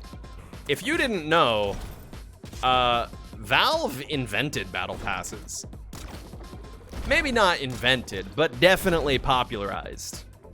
Valve invented battle passes with Dota 2, dude. Only after they started doing the international compendiums every year. So, for reference, they did a battle pass every year for the big, like, Dota Super Bowl tournament every year. And some portion of the proceeds from the battle pass would go towards the prize pool for the international, right? That's why the international pays out so much. That's why OG won like millions and millions of dollars, because microtransactions fuel the prize pool, right? So Valve, as of the past few years with Dota, they've gotten into this development cycle where basically for the entire year, there's like really minimal small updates. And then around TI time, there's the battle pass, which has, you know, a bunch of hats. Sometimes they'll release a new hero or announce a new hero. Whoo, that was close. I almost lost. And just recently, they made a blog post saying, hey, actually, we kind of regret and don't like doing this development cycle. We think it's bad for the game. So we're going to try and pivot away from this whole battle pass centric thing. So Valve invented battle passes, poisoned the well, and then like 11 years later going, yeah, nah, we fucked up. We're going to stop doing this whole thing. I just realized I think I can go under here instead of going over. Isn't that right? Is the goal not over here? Yeah, it is. Yeah, they recently released a news, which, like, awesome, right? Like, they're moving away from the predatory microtransaction schemes of Dota's Battle Pass. Cool. And they want to return it to a more regular schedule of major updates. Cool. And they want to spread it out throughout the year and make the focus less on cosmetic items. Cool. Too bad you poisoned the well. Even Valve are saying, hey, yeah, this sucks. Even Valve, the guys who make a fucking killing off that shit every year, are like, you know, maybe this is kind of sucks. Uh-oh. Yeah, I'm gonna have to restart. Oops.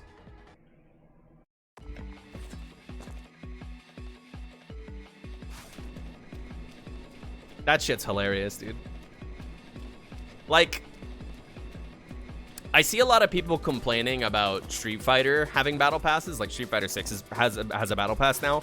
But honestly, in terms of, like, as far as battle passes go, Street Fighter 6 is modest and decent. You level it really fast by doing anything in the game, even just playing training mode. It doesn't have super substantial rewards. It's mostly just a bunch of, like, bullshit, right? And if you go for the premium tracker, it pays itself back, right? That's all very generous. You guys want to know how bad Dota's battle passes are? So Dota's battle passes, you can only level by either gambling on the outcome of your matches, which you can do a limited amount of times, by doing very specific, like fulfilling very specific quests or objectives. And they're a huge pain in the ass. Often they will lead players to doing, like, because it's a team-based game, right? It'll lead players into doing, like, game-ruining stuff, right? Let's say you need a position 5 hard support, right? And the last guy on your team hasn't picked yet, but their cavern crawl hero is Ursa. So they pick Ursa as a position 5, and they say, sorry, it's for my battle pass, you know?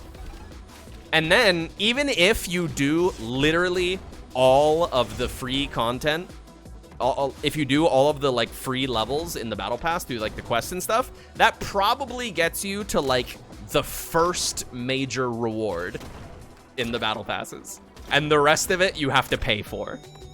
It's insane, dude. Valve's battle passes are fucking crazy, man.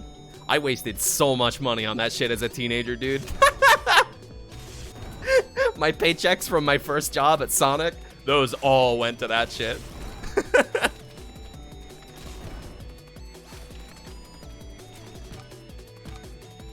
That Prince who has like a 10,000 level battle pass. Oh, he does it every year. Yeah, there's like a Saudi Prince or something who always gets like over 10,000 battle pass levels in Dota every year. Just because they have the money to throw around, so why not?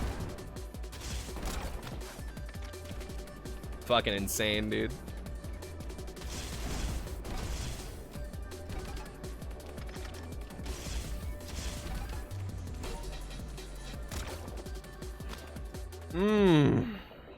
Did Dota Battle Passes not have any retroactive progress for buying it after doing shit for it? I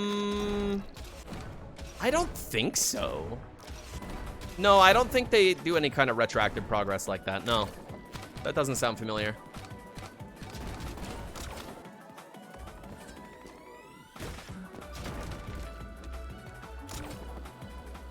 Whee!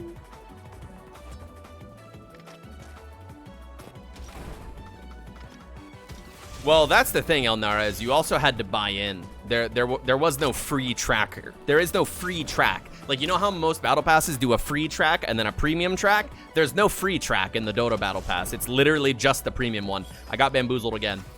It's literally only the premium one.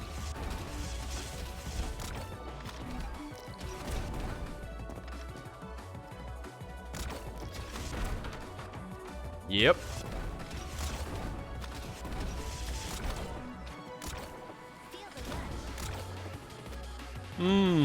But yeah, they basically made a big blog post that was like, hey, that giant Dota update we did recently, it seems the player base really liked that.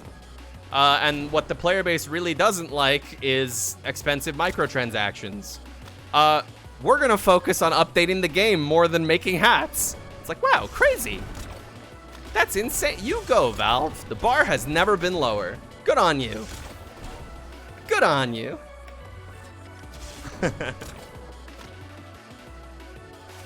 Good on you.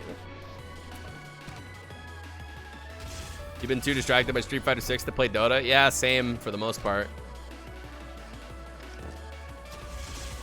Pretty much same. Also, I don't have much time recently, what with this kitten running around in my house. Imagine if they did that with TF2. TF2 had its time in the sun. That game came out, what, 2007? Come on now. It ran its course. Like, why does every game need to be a forever thing nowadays, you know? Any progress on Toffee PP relations? They can stand being in the same room as each other now. But if PP gets too close to Toffee, Toffee will still hiss at her. And it's not just the hissing, it's also like negative body language, like crouching down and bending her ears back. Earlier I was watching the two of them and Toffee was staring at PP from across the room, and PP took it as an invitation to play and started charging at Toffee, and it made Toffee get very defensive and hissed at her. Poor PP. She just wanted to play. And then at one point when Toffee was, I had the sliding door open and Toffee was sniffing around outside, I opened it a bit wider and I put PP next to her so they could, not like next to her, but like a couple feet away, so they could smell outside together and maybe be chill, but Toffee also hated that. She's just kind of being a little bitch, but that's just how cats are. That's just kind of how cats are. They're solitary little creatures. And it's funny too because Toffee has had kittens before. Toffee has had kittens before. She's a mom. So like you would figure that maybe she would have some maternal instincts left over, but maybe cats don't work that way. I'm no animal psychologist by any means. But we're working on it, slowly but surely. Ideally, I'd like to get a baby gate to sort of let them like smell and see each other through, you know, a limitation where they can't charge at each other and they feel safe. But them shits cost money, so I'm trying to see if we can borrow one from someone first. I got bills to pay, man. He did have a spare, but it was thrown out. Sad. Yeah, I've been doing that, feeding them on the opposite sides of the same door thing. Speaking of which, it'll be time for them to do that in about 40 minutes.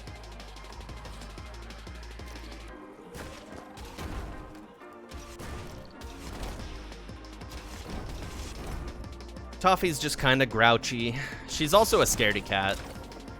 She's just kind of anxious about new stuff in general. Whoa.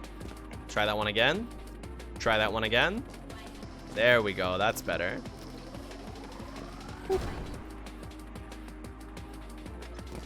I wonder if from that first room I could get some pot shots off at priority targets like that. Oh, but that one doesn't really matter much because I'm still using this rocket launcher anyways. Probably from that first area I could... no, it looks a little bit secluded.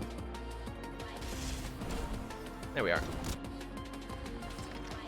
Will Toffee do anything other than hiss? What, like, do a hit? I don't know. Maybe if PP gets close enough, but haven't really been letting that happen.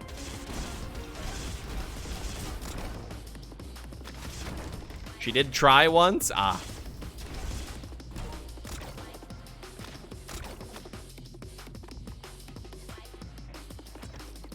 Yeah, we got him a kitten smells thing, what you plug into the wall, what makes them play nicer with each other. but it takes a while to kick in.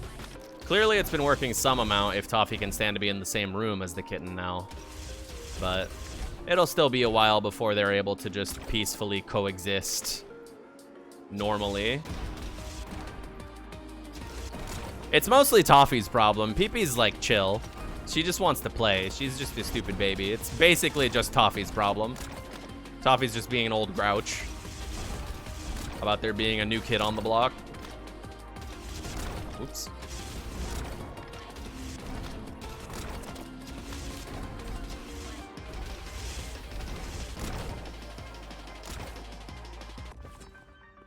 Weed? Yeah.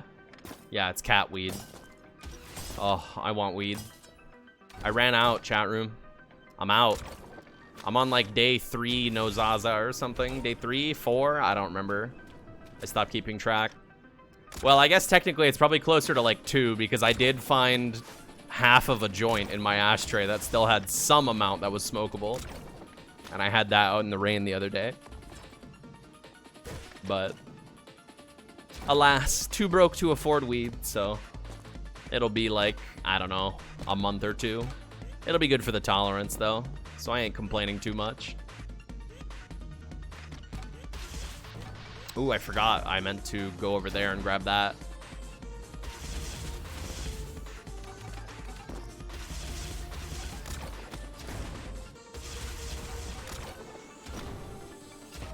There we go. Yeah, I'll live.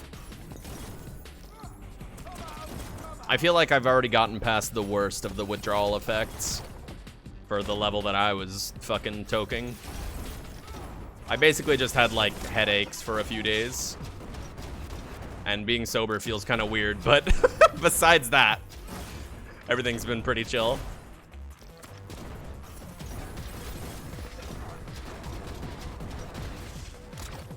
Ooh, I am dangerously low on rockets here. Don't like that.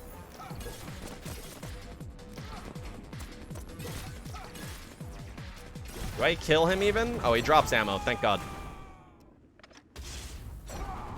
Thank God. Yeah, I'll live. It's not the end of the world.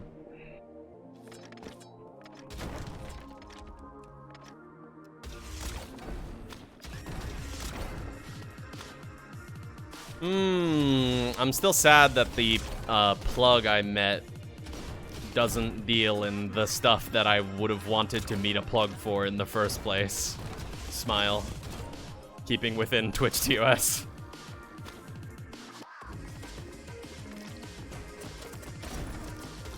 Oh well.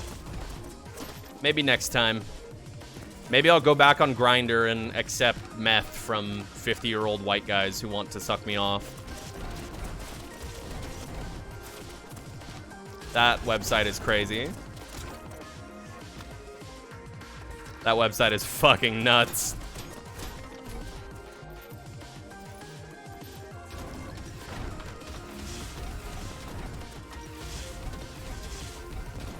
Don't do that? Gee, you think? Hey, thanks for the advice, HDM.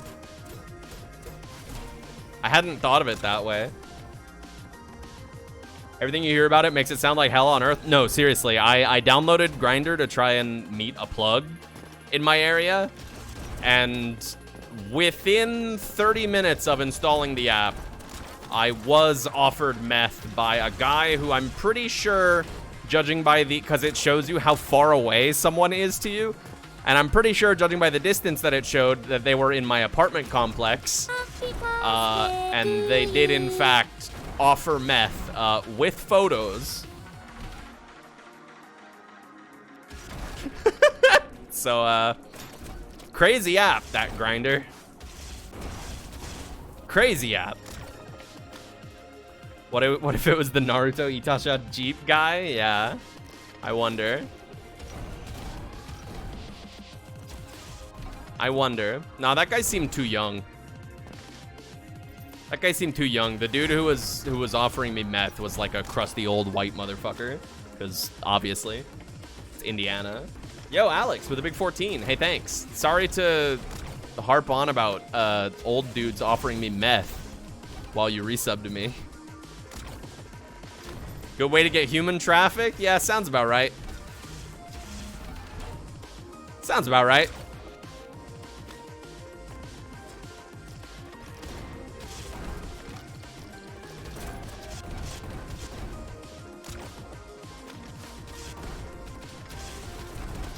Yeah, could have been a cop. Could have been some shady shit. Either way, I'm not interested in the Breaking Bad substance. Believe it or not, I'm not that insane. I'm not that insane. I may be a little bit insane, but I'm not that insane. Oh, let me tell you though, dude. Those white chocolate edibles that I had, I've probably definitely told this story on stream before, but the head shop down the street, the guy had these chocolate bars on offer. It was like 2 for $35 or something, and the chocolate bars were as big as my head, right? But they only had dark chocolate and white chocolate, and I don't like either of those. But the advertising for these chocolate bars was like, the shit on the packaging was like, it was all like shrooms themed. It was all like, oh, here's a way to legally microdose. And you know, frame one, it's like, okay, that's bullshit. This is just gonna be like D8 or something, right? This is gonna be bullshit, right? But I was like, ah, fuck it, I'll try it out. Head shop guy is swearing up and down by him. I'll check it out.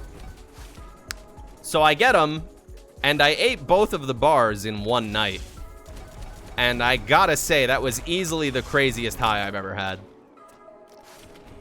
Easily, better or worse than my dirt sandwich? What, to eat? The dirt sandwich was easier to eat than these white chocolate bars. Damn it, because I like peanut butter sandwiches. I don't like white chocolate. And I especially don't like white chocolate with like graham cracker dust on the bottom. It was like sand. It was like white chocolate with sand on the bottom. It was terrible. But man, those things got me mad stoned. And I couldn't even tell you what's in them. The ingredients on the back list 3 mushrooms that are not psychoactive. And no kind of THC related substance is listed on the ingredients or anything like that. Literally couldn't tell you what was in those in those chocolate bars, but goddamn, was it good.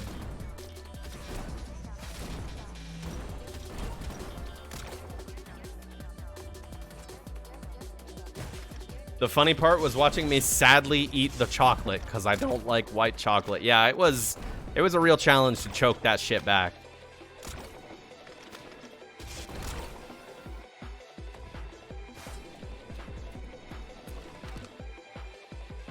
Wasn't it HHC? I mean, it could have been, I guess.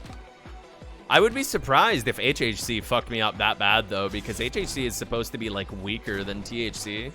I mean, I did eat the 2 entire chocolate bars that were as big as my head, yes. But, like, I've taken, like, 800 to 1,000 milligrams of, like, D8, D9, you know? And even those didn't fuck me up. Like, it felt like a different high. It could have just been placebo effect. Absolutely, it could have just been placebo effect. I'm honestly not sure. I literally couldn't tell you. All I know is time was moving slower than usual, and I could just stare at the ceiling and have fun doing that. It was fucking awesome. Both? Yeah, both. Both of the chocolate, they were like, yeah, they were, I don't know, maybe like 7 inches long and like 4 wide, something like that. And yeah, I just ate both of them in that one night, and let me tell you, it was fucking awesome. I have a warrior spirit when it comes to getting high. I mean, I don't know. My philosophy is just, you know, it's one of the perks of being flesh. Might as well. Fuck it. You know? To me, it's like the same thing as like getting your ear pierced or getting a tattoo or something. Like, fuck it. Why not? If you don't get hurt, then what's the problem? Maybe an unhealthy mindset to have, but I ain't gonna get mixed up with any dangerous shit, so don't you worry about me. I may be crazy, but I'm also sane. Don't worry. I'm normal. Getting scared? Exactly. That's the fun shit to me, though. Because, like, sometimes you get that bad high. I have never gotten a bad high. The closest thing I've ever gotten to a bad high was one day, I think, like, 2 or 3 months ago, where my head shop has these 175 milligram gummies. And I took enough of those to total, I think, over maybe like 800, 900, maybe even over 1,000 milligrams. And that day, I was so stoned. I just played Dota with Wayne all day, and it felt like I was like committing like a time crime. I felt like I was like reliving my high school years, but in a way that was like taboo, you know? Like it felt wrong. It was stressing me out. But I was having a lot of fun playing Dota with Wayne, even though I think we lost literally every game because I was far gone. I was like gone, and he was depressed and up all night. So we were just playing Dota all night. And it was a blast. And I think I got so stressed out that I threw up. Then again, edibles, especially if I take a lot of them, do give me acid reflux. So I think it was just that. I think it was just taking that much edibles just gave me really bad acid reflux and I ended up throwing up. But that's the only time I would say I've been too high. I've never gotten so high I've gotten scared. Like I'll get like anxious sometimes, you know? Not like anything bad or crippling or anything like that, but I'll be like, oh man, what if the cops show up or something like that, you know? Like I remember the first time I was ever smoking actual flower, Trog gave me his bong and a little bit of the flower we got him the previous year. And it was when I was dog sitting Dolby at Wayne's place. And I was in Wayne's smoking room. And in there, he has like the monitor that has his security camera footage. And I was sitting there hitting the bong, and I was like, man, this is just like being in a dark RP base. It's like I have cameras set up on the front of the base, and I can see when the cops are gonna show up. And that kind of made me feel a little bit anxious. But I realized how stupid it was, so it didn't like freak me out or anything.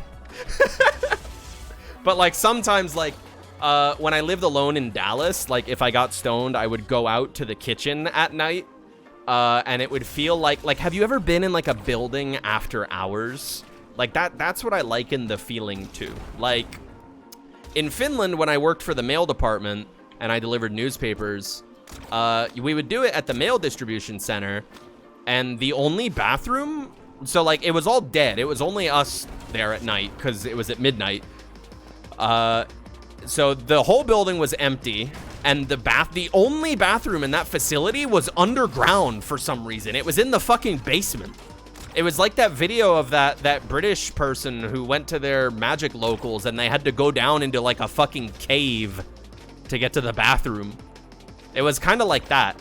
And the feeling of going down into those basement corridors all dark and you gotta turn the lights on and shit, like that's how it feels sometimes when you get high.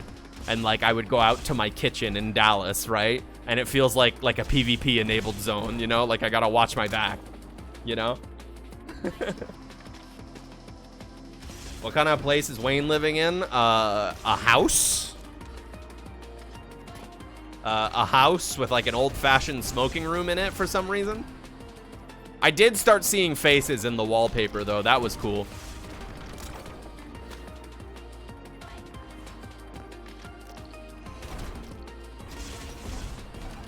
That was cool.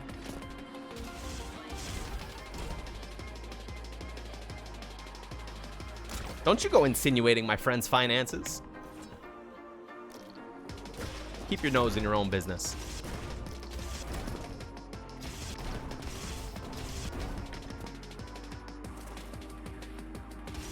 But yeah, to me, like, I don't know. Getting stoned is just a perk of being flesh, you know? So, fuck it. Might as well fuck around and try stuff. If it sucks, simply don't do it again.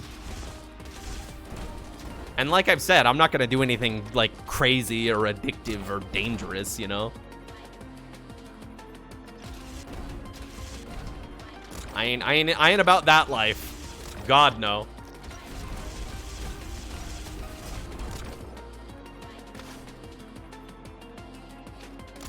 Fuck that. But I'll get a little bit too stoned every once in a while. It's a fun time to me.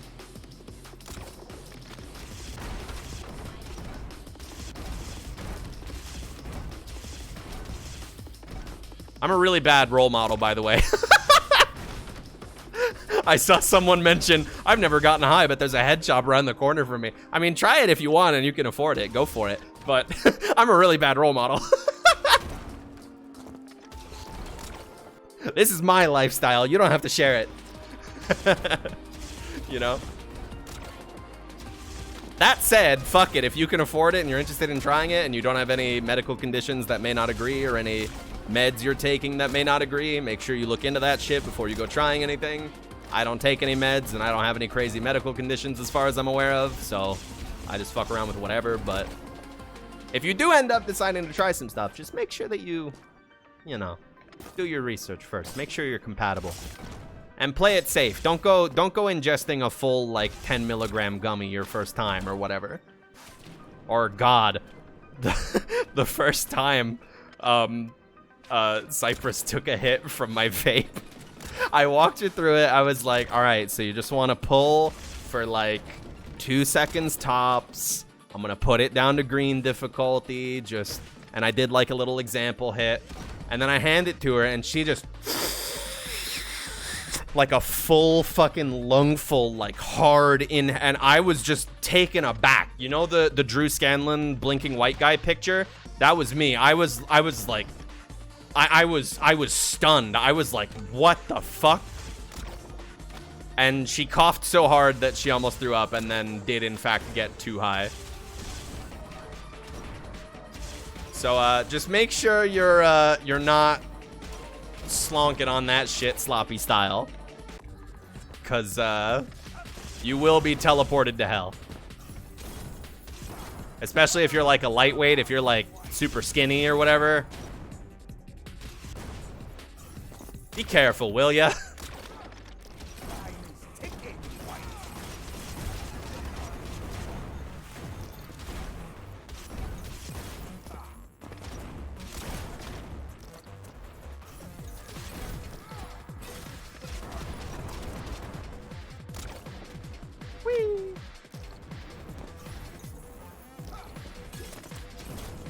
You did try it after seeing me do it? Full 100 milligram gummy? Damn it, I didn't get him in phase 2.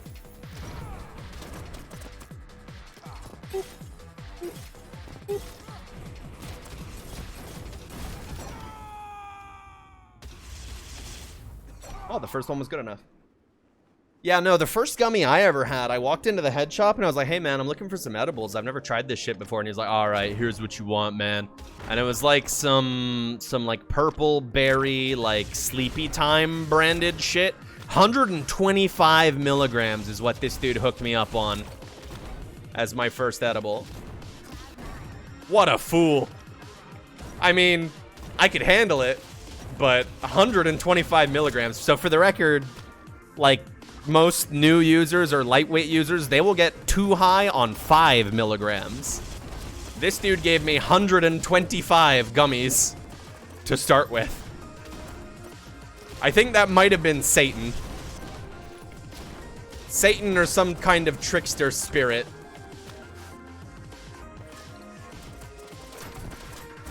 You took 10 milligrams and didn't feel anything? Got to double it or something? Yeah, it'll, like, it's a learning process. Edibles can be very inconsistent because, you know, digestion is weird.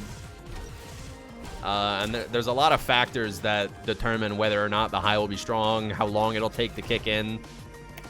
Just know that the this edible ain't shit takes another, like, that is a thing for a reason.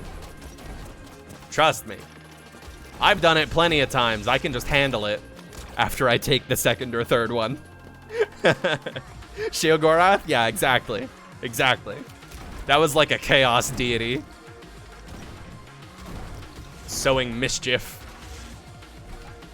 Do not eat that second edible? Nah, I say go for it. I say go for it. Fuck around and find out. If you end up having a bad experience, that's just learning, baby. An experience is an experience. That's how I sees it.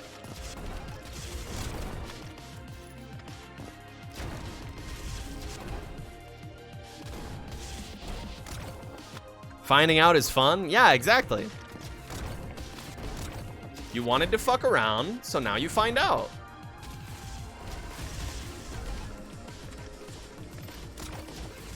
I wonder if this will be a faster route than what I usually do. Probably, huh? Because now I can just do this. Yeah, that seems way faster. Oops.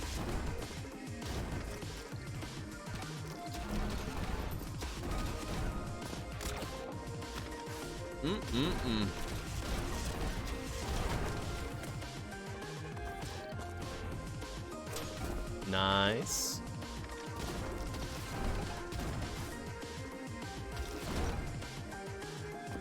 Whew. Seeing what clown shit you can do with your senses is always a joy. Nah, dude, I'm telling you, like, when I had those 2 white chocolate bars that one night, like, literally, the ceiling popcorn was moving. Like, the ceiling looked like it was made of liquid. It was fucking awesome. Every, like, hour that passed, I kept saying, it's only been an hour?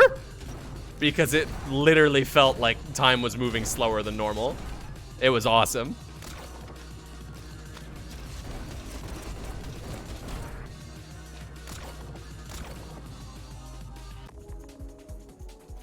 Aw, man. I wish drugs were free.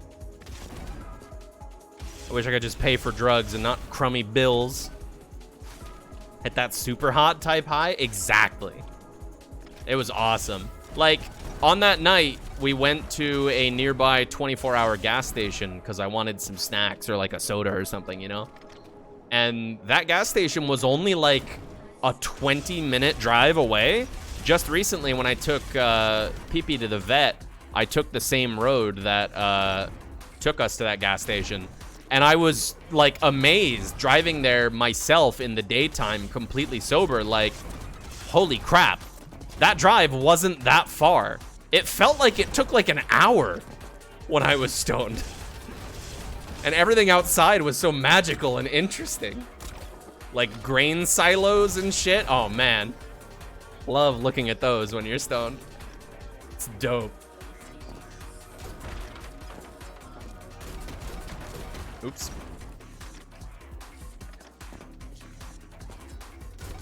Ah! Ah! Alright, we're good.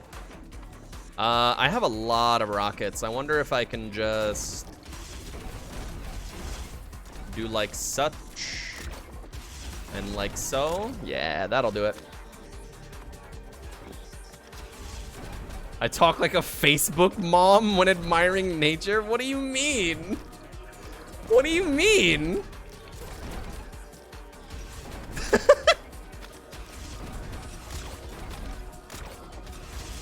Man, there's been some crazy thunderstorms here lately. I wish I could be like mega stoned for those. Oh, the other night there was these giant storm clouds on the horizon that were just absolutely shitting out lightning. Like all of the bolts were visible. It was so cool. You could see it arcing between the clouds too. It was so fucking cool. I wish I could have been ultra stoned for that.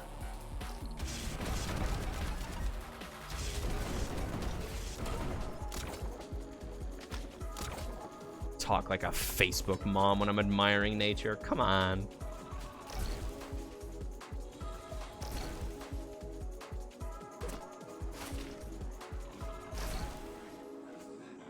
Summer storms are the best. Yeah, I feel like you only really get proper, like, actual heavy thunderstorms in the summer, huh?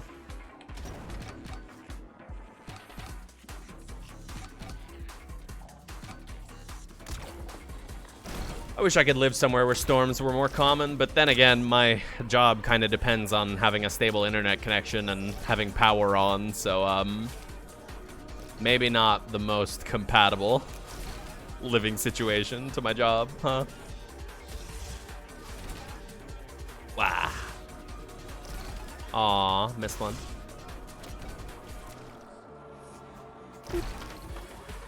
In EU, the internet doesn't go out when storms hit. The US just sucks. I mean, yeah, tell me about it.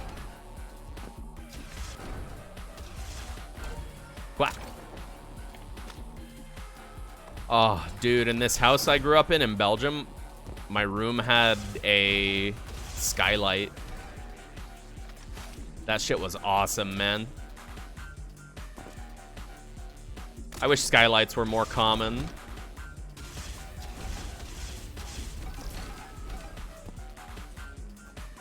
Oh.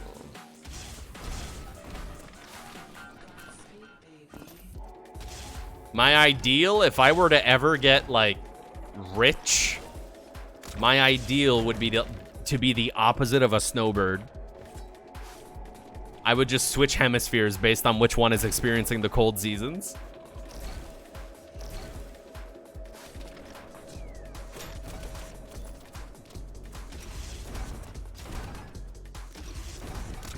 That would be the dream right there.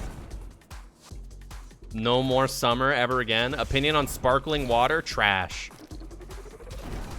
It's like bitter and fucking gross, man. I don't know. Maybe that's a super taster thing, but oopsies. Gonna have to wish. Sparkling water just tastes like bitter to me. It's gross. And in Europe, they offer it to you by default. If you ask, or maybe not Europe in general, but in like France and Belgium. If you ask for water at a restaurant, they will give you sparkling by default. That shit sucks.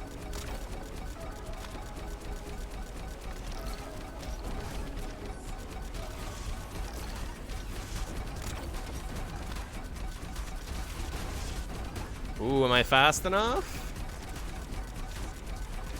Ooh, I'm fast enough. Yoink. Yeah, I don't get the whole sparkling water thing or the whole seltzer thing. I tried seltzer when I was over at Wayne's place. I don't get it. That shit's just bitter and nasty. It has like the vaguest hint of flavor. That's not what I'm here for, man. I'm trying to get like finger blasted by flavor. I'm not here for the vaguest idea of flavor. I'm here for capital F flavor in a beverage, you know?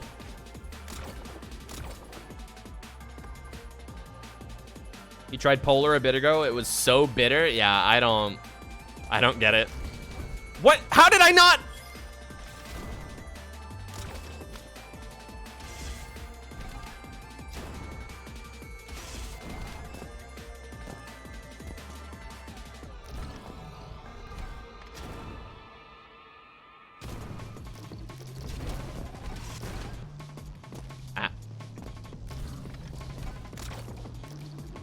Fucking love seltzer? Well, that's great. I've been out of soda recently, so I've just been mixing Country Time pink lemonade mix in an old Smirnoff bottle because I don't have anything better to put it in. That shit's good. But it's probably not much healthier for you than soda is, so not much of a point.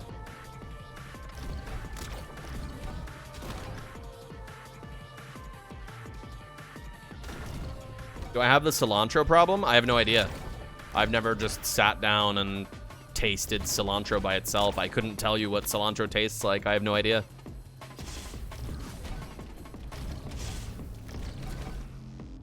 They got that shit in salsa? Because I am not a big fan of salsa. And maybe that's related.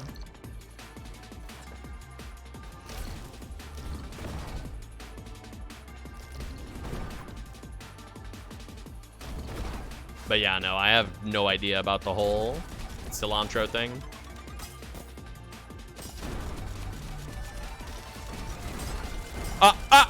I have to use my last wish.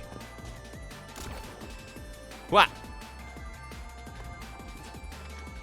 I wish I liked salsa because I love tortilla chips and I feel like they would be way better with something to dip them in. But I don't like cheese and I don't like salsa. So, and I don't like guacamole. So, dip them in ketchup. I've tried that. It's depressing.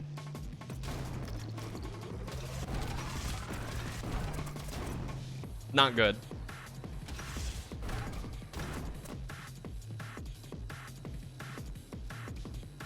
What? Barbecue sauce? That doesn't sound like it would be good either. That shit's for meat. If I put that shit on a chip, I would be sad.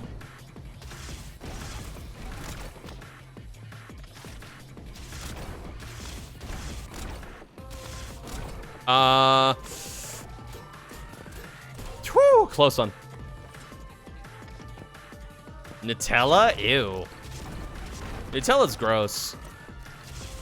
I lived in Europe. That's not a special item to me. Well, I guess it's not a special item anymore because I'm pretty sure they just sell that shit in America now. But when I was a kid, Nutella was like the thing that all the army brats would rant about, you know, when they get back stateside. But I grew up in Europe. I'm used to Nutella. It's not that good. Nutella's like one of those foods where if you have it too much, it just kind of gets ruined. It's not that good.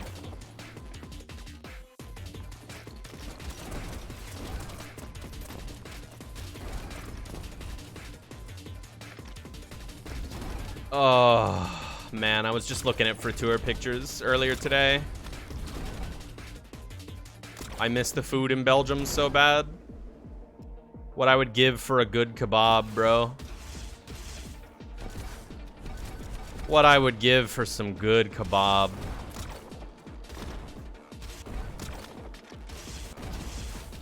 They have it in America sometimes, but it's always fucking overpriced.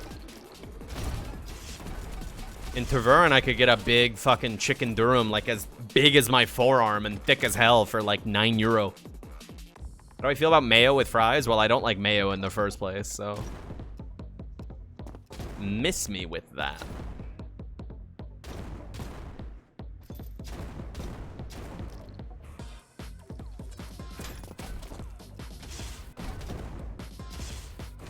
Mayo and mustard are both garbage things to put in my mouth.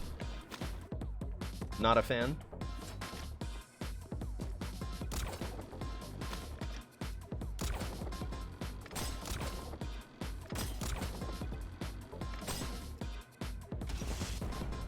Uh-oh, don't like this. Okay, whew, thank God. So then I can just do this, right? Yeah. We're good, we're good.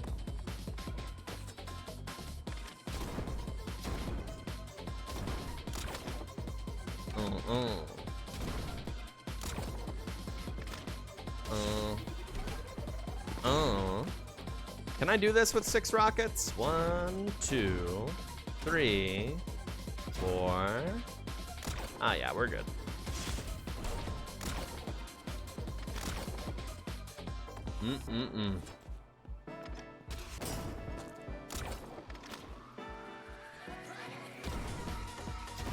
Your dad and you recently checked out this Middle Eastern place near you? Yeah, this place that I went to in Belgium, this kebab joint, was so fucking good, man. So good. They would load them shits up with like every ingredient too. Like all the kebab that I ever got in Finland was like trash. It was overpriced, and then all they would put in it was shit, what would they put in there? Lettuce, tomato, onion, and then I think that was it. Like lettuce, tomato, onion, and then the meat, and then the sauce. I never get kebabs with the sauce because I'm not a big fan of that. I don't like yogurt, so you can miss me with tzatziki sauce. Oh yeah, cucumber. Yeah, they put that shit in there too. It appears I have messed up, but we'll be fine. Yeah, cucumber or like feta if they're getting fancy, but usually the feta costs extra, and once again, I don't like cheese, so. But this place I went to in Belgium, bro, they had like shredded carrots in there. They had cabbage, you know, they had these onions. I don't know what the fuck they did to these onions, bro, but they were like transparent and they had these little green specks on them. Some kind of herb. Maybe they were like slightly sweated with some herbs on them. All I know is those onions were fucking good. The Dunmeshi anime is gonna be on Netflix. Whatever. I'm just gonna pirate it. I ain't trying to pay for things.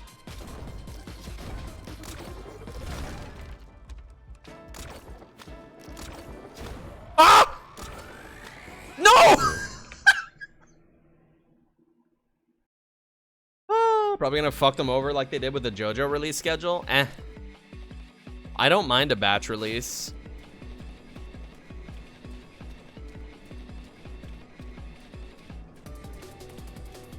Like, the only complaint there is that it, like, burns out hype because it's not an ongoing thing, right?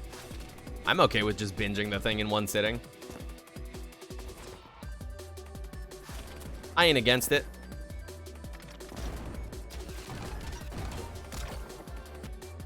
Man, part 6 sucks. Sorry to all part 6 likers, but... like, Jolene's cool, Hermes is cool, FF is cool, Weather Report is cool... Poochie is cool. It just doesn't... it's not cohesive. Part 6 is stinky, bro. Watching that anime adaptation actually actively harmed my opinion of it. It made me think less of it. They just announced that they're adding the feng shui stand of the Dunmeshi anime. Awesome.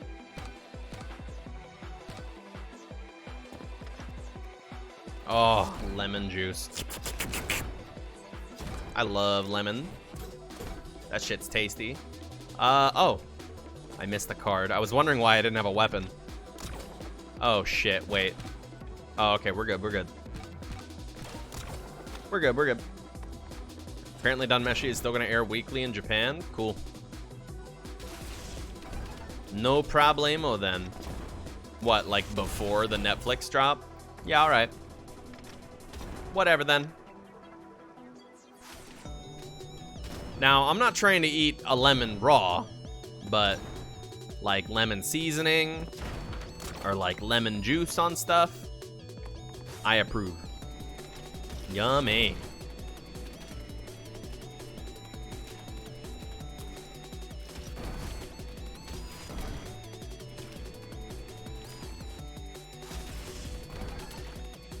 Like a little bit of lemon juice on some nice grilled shrimp. Oh. Man, I had some shrimp in the freezer for like 7 months and it got freezer burnt. And when I finally cooked some of it, it was so depressing.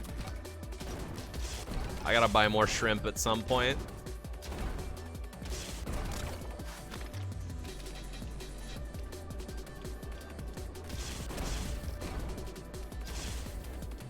I gotta figure out how you make shrimp good. Like how you cook shrimp good. I mean, shrimp is good, but I'm not good at cooking it good. I feel like I always over-season it. But then I usually cook shrimp when I'm stoned, and when I'm stoned, I usually over-season stuff because I'm stupid.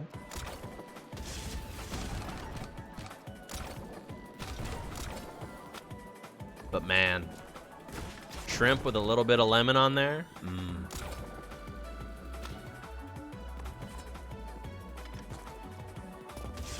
You remember Balp going on about strip club wings during that last Rumbleverse stream?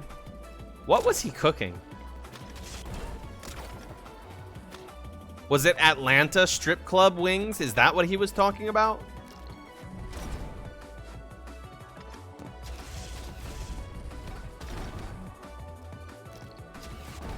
What was he cooking?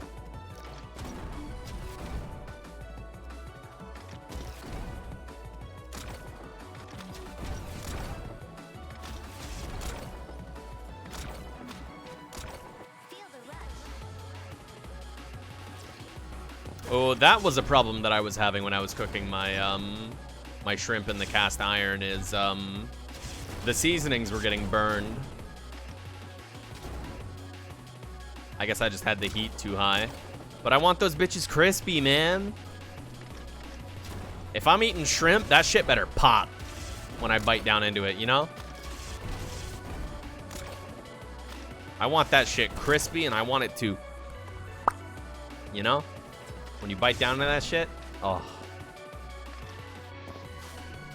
But then I end up having the cast iron too high and it burns the seasoning.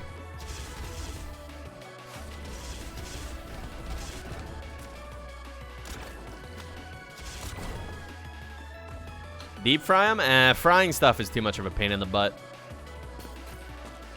You gotta prepare the 3 bowls with the egg and the flour and the breadcrumbs.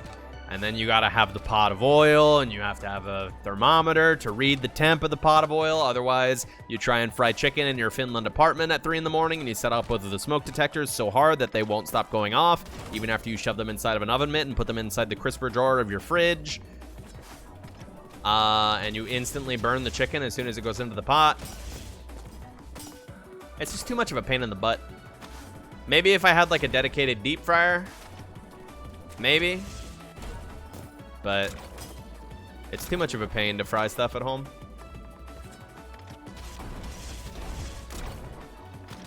I think Thorfinn would eat anything.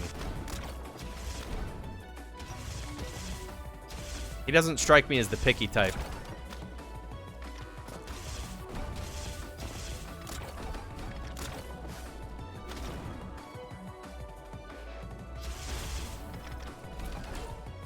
He would eat bark off a tree. Yeah, exactly.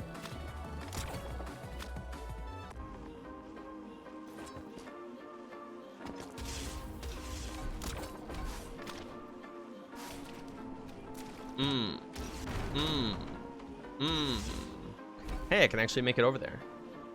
Yoink. Oh, I hope I can beat this before I have to stop streaming and go on kitten duty. I want to at least finish a Hell Rush. Even if it's not a record time, I want to finish one. Did I miss one? Oh, I did.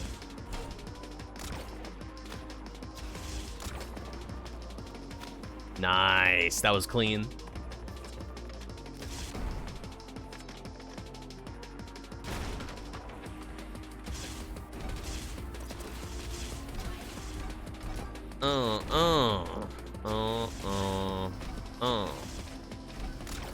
Hey, I missed one? Where?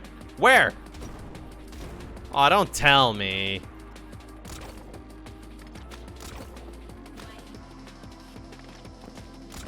It's the ones inside, isn't it? No, it's actually that guy. Bro. Oh my god, he jumped over it. Piece of shit. There we go. Good lord. The best shrimp I ever had was at a Hard Rock Cafe in Brussels. Just off of the Grand Place. Man. Living near Brussels was so cool. You just pay €3, you get a bus ticket for an hour. Just a little 15-minute bus ride. Maybe also the metro to get down to downtown Brussels. Just go walk around Old Town. Check out the Grand Place. Look at all the architecture. Fucking Leuven, dude. Holy shit, man. Just the architecture. You don't see that kind of shit in America. Here, hang on. Let me pull up a picture. Let me pull up a picture of this building that I used to pass by on my way to McDonald's. Let's see. Leuven Town Hall, and it's got to be a high-res image. Yep, here we are. All right. Peep this shit. This is a building that me and my dad used to pass by walking to McDonald's or to the farmer's market. I have to spend a million years resizing it. Look at this fucking thing.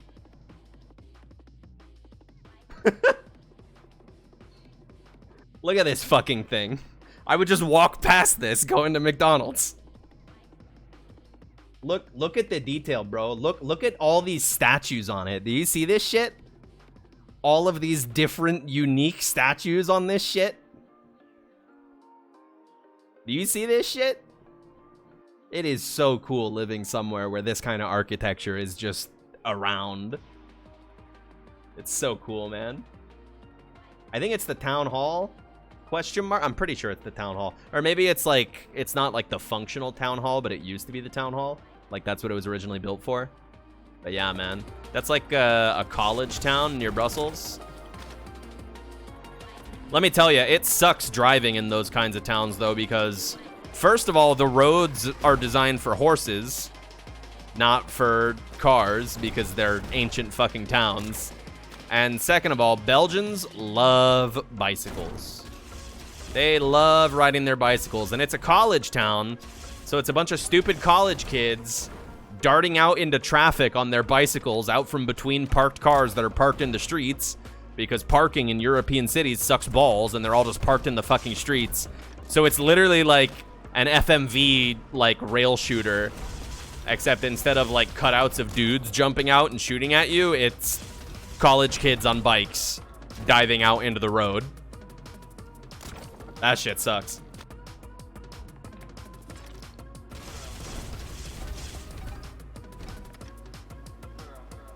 Ah! Yeah, I do miss walkable stuff. The place I lived in Finland wasn't very walkable. There were definitely more sidewalks than there were here, but there wasn't much to walk to because I kind of lived in buttfuck nowhere. The town I lived in Finland is only known for there's like a Finnish like dub of the He-Man cartoons on YouTube, like, you know, some Yu-Gi-Oh! Abridged type shit, but for He-Man. And at one point, one of the characters says, "Lohja, I'd rather have a fist in my ass than live in Lohja." And that is the only reason people know the name of that town in Finland. And it was funny because I went to my locals in Turku, which was like a 2-hour drive or some shit. And they were like, "So where'd you come here from?" I was like, "Lohja." And they were like, "Ah." And then they said the phrase in Finnish, and I was like, "Yep. Yep. That's the place." It wasn't that bad there. It's just, there's kind of nothing there. It's just like a like small European, there's nothing going on there, you know? It wasn't like awful to live in or anything. It was just, there's nothing there.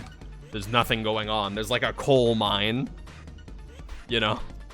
And that's like it. There was a supermarket. That's basically it.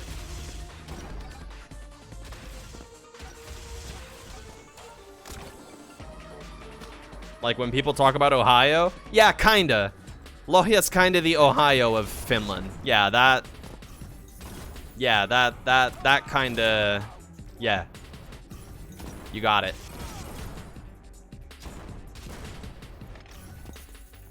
Time is ticking, White.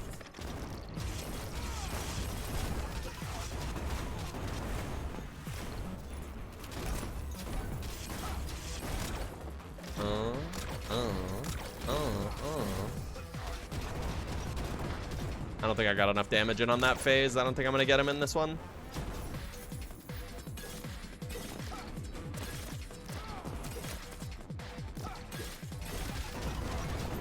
Yep, as I thought.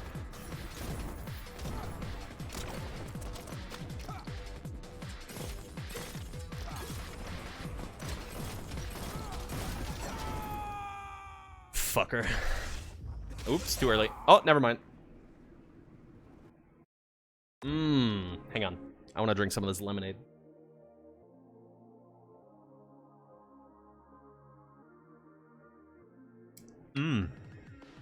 Ooh, delish. Yeah, the roads being designed for horses and being all like cobblestone and shit. It's not ideal for driving on.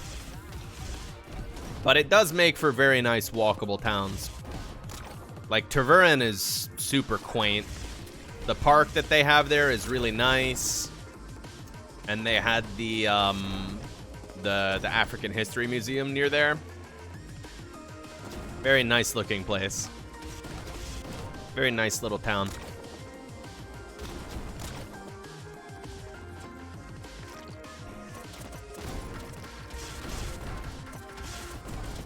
Out of all the places I've lived in America, my favorite was probably upstate New York. I'm a little bit biased because the winters there were insane because of lake effect snow. One year we had an ice storm that like literally covered every single surface outside in like an inch thick of ice. It felt like downright apocalyptic. At night, all you could hear was branches cracking off of trees from the weight of the ice. It was crazy. But the layout of the town was nice. The downtown spot was nice. And we had, that was where I got into Magic, because there was a really cool card shop that I lived, like, literally on the same block as. I lived on the same block as my Magic LGS. They bought an old abandoned bar next door, and they started using that bar to hold Friday Night Magic in instead. They had, like, a fireplace. It was fucking awesome, bro.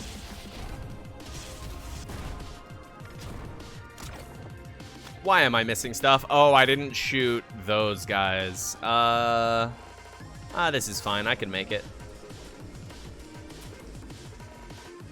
Yeah, it had, like, old, like, authentic, like, thick wooden tables and chairs and a huge-ass fireplace. It was, like, legit, like, the platonic ideal of, like, a ye old tavern, you know? And that's where my FNM was hosted. It was fucking awesome.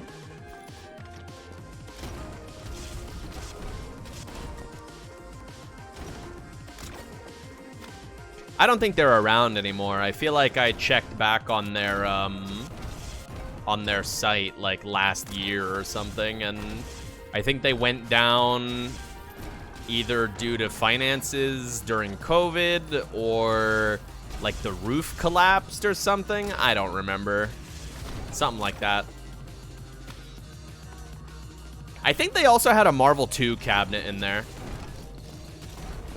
Because I know at least one of the cashiers at that LGS was a fighting game guy. He wasn't good at them. He played Adon in Street Fighter 4, and his whole strategy was, if they're close, mash crouch jab. If they're far away, press Jaguar Tooth.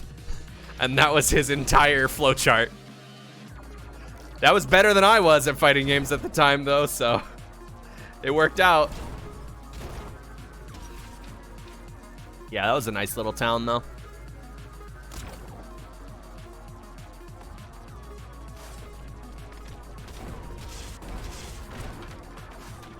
Got an LGS themed after a castle, like White Castle. Dude, I went to White Castle for the first time, like shortly after we first moved here to Indiana.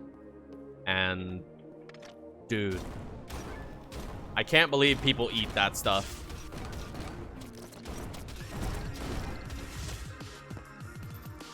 Cannot believe people eat that stuff. Like, there's junk food, and then there's that. I think I missed one upstairs. I hear it shooting, but where? Huh? Did I miss a blob? Aha.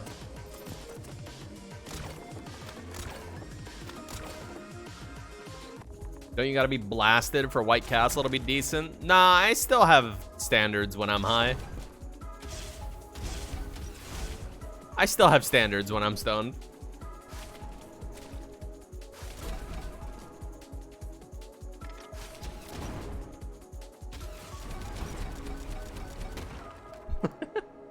Have I had Steak and Shake? No, I don't think I've ever been to one, unfortunately. That's a place that I've always meant to check out. I don't know if they got those here. Unsure. I know they had them in Virginia and Florida, but I don't know if they got those here. I gotta say, out of all the fast food places I've tried in the States, I think Whataburger remains supreme. It's a little pricey, which is probably like the thing that I knock it the most for. But damn, dude. That's a solid fucking burger, bro.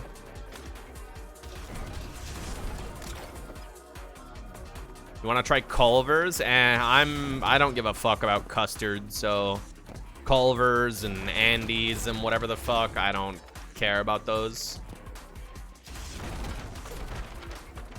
Custard is like, what if ice cream was bad? Not a fan.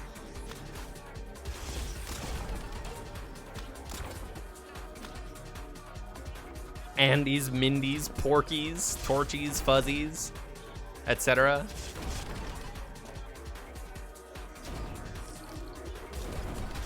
It really is funny how different the culture is between America and the rest of the world when it comes to chain fast food restaurants. In Finland, they have this fast food place called Hesburger. It's basically like Finnish McDonald's. And then there's McDonald's. Where I lived in Finland, I had to drive an hour to get to my nearest McDonald's.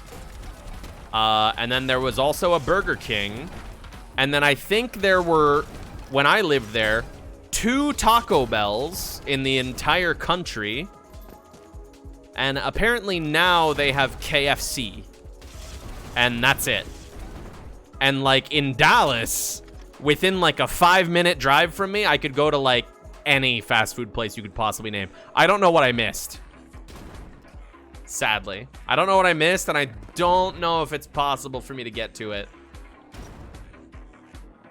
Yeah, I have no idea. I'm just gonna restart. Five Guys is solid, though. Disagree. Five Guys is mad overrated. Overrated, overpriced. Their fries are garbage. The burger's fine, but everything surrounding it is trash. I come from Belgium, bro. They know how to make good fries over there. Five Guys fries are fucking garbage. They just give you a billion of them because they're fucking garbage. Quality, not quantity.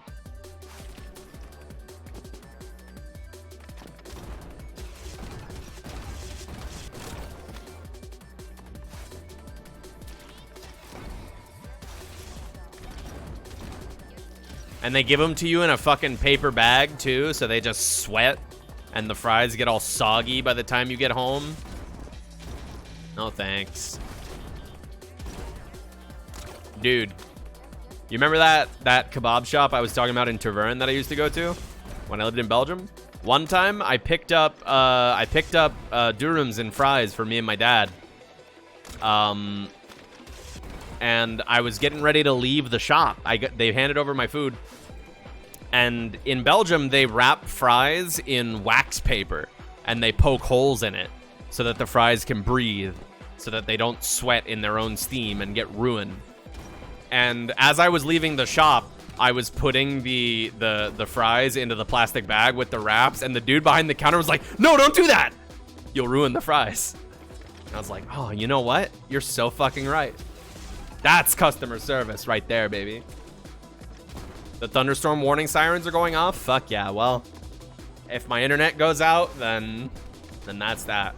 He was looking out for me? No, seriously, those guys at that store were awesome, man.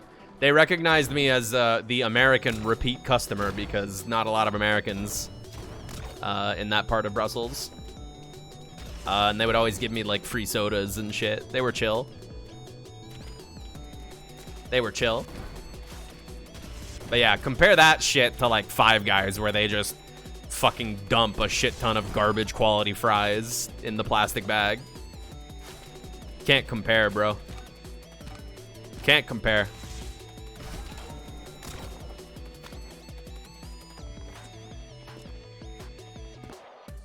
Hey, I hope it's a badass storm. I want to like stand outside in it.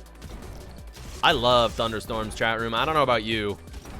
I know some people are scared of thunder and whatever, but dude, I love thunderstorms. It rains a lot in Brussels. So personally, I fucking love thunderstorms and really heavy rain. Love them.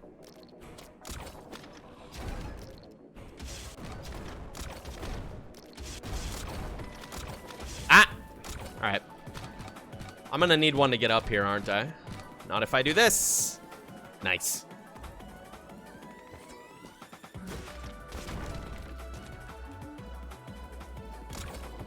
The smell and sound of rain and thunder fuck so hard, yeah.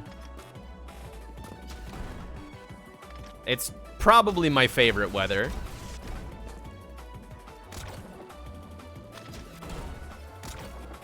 Just a really hard thunderstorm, just... Oh.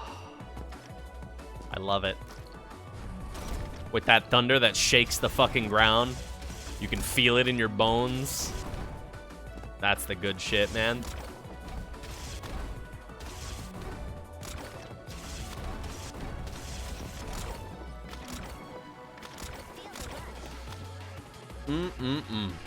When I was a kid and I lived in like Virginia and Florida and stuff, I would always, whenever a hurricane was going on and it wasn't like that bad, like it wasn't dangerous or anything, I would like sit out on the porch and read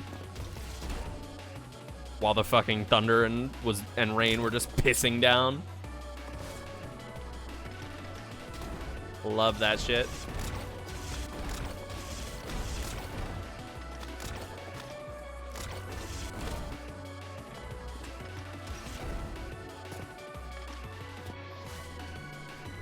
You were once leaving your middle school during a storm, and in the progress of the school, and the in-progress roof of the school was being blown off. Damn. That's some crazy suction. Yeah, I don't fuck with tornadoes. It sucks living in that part of the country. Technically, I was born in that part of the country, I guess. But I do love a heavy thunderstorm. It's the best. Rain makes me sleepy. Being in a car when it's raining, oh, it's the best. Snow is all right. I just don't like dealing with it once it's on the floor. You gotta scrape your car off. You gotta drive in it. You know, you gotta shovel the driveway and the sidewalks. Fuck that.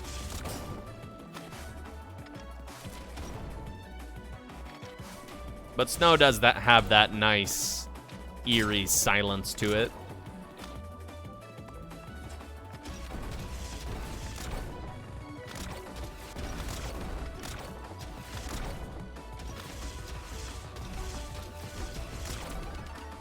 What?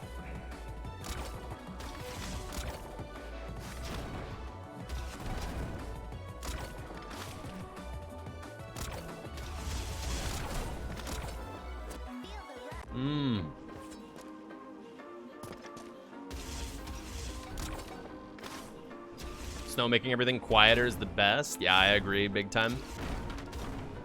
A lot of people complain about winter being all like dead and quiet and depressing, but I don't get that. I like it. Summer being all nice and colorful and the leaves are blowing in the wind and there's birds and shit. Yeah, that's nice and all, but I like how lonely and cold winter is. It's so cozy. It feels like single player mode outside. You know? Such a lame way of putting it, but I'm right.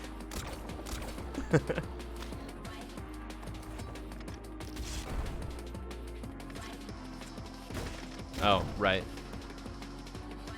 Alright, so don't miss that one this time. Got him. That one, these two, this guy, this guy. Wait. How did I miss one? Who did I miss? Son of a bitch. Fucker.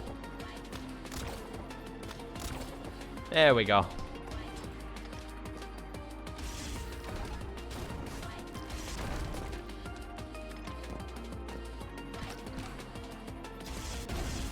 Tripped, hit your mouth on ice and knocked out a baby tooth? Well, it was gonna come out eventually. No big. Area you live in now hasn't been hit by a hurricane in over a century, and if you get hit by anything, directly hit by anything worse than a Cat 3, it's gonna be worse than Katrina. Yeah. Hurricanes are scary. Once storms start getting that bad, and once like property damage and loss of life starts becoming a factor, that's when it's like, all right, chill out a little bit, nature. But a nice, safe thunderstorm, just rumbling the sky and shit.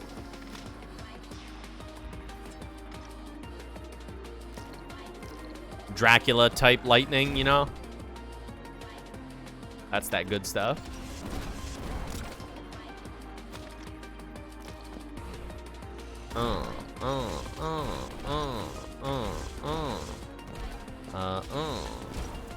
What time is it? 6? Okay. I gotta pay rent soon, chat room. It is a new month. Thankfully, my landlords are pretty lenient, and it's not due until like the 4th or so. But, yuck. Rent. 9/11 for my bank account.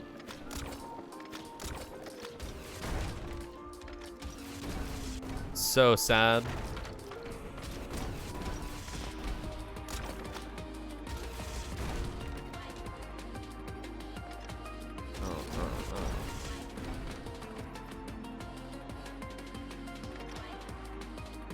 Under 13 feet of water? Damn. Yeah, that's crazy. Good lord.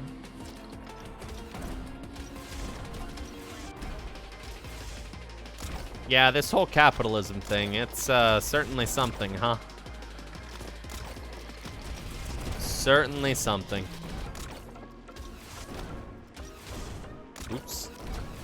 Playing this so sloppy. It's because I'm all depressed thinking about rent. There we go. Yeah, rent's the worst. I can't think of a worse thing that happens to me on a daily basis.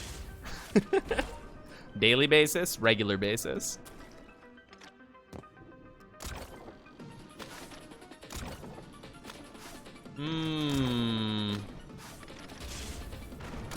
Yeah, we'll see what happens with Twitch. We'll see if it goes the way of the Twitter. Didn't they announce that they're gonna, like, start revoking partnerships? Man. What crazy news. Hey, by the way, you can get a better pay split if you're good enough. And also, we're gonna start revoking partnerships, by the way. Smile.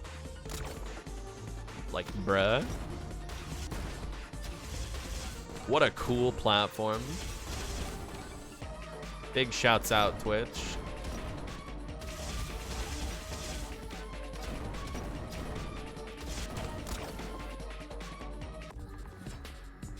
And I still don't have the username imp on this gay-ass website because that Twitch staff member is still hogging it.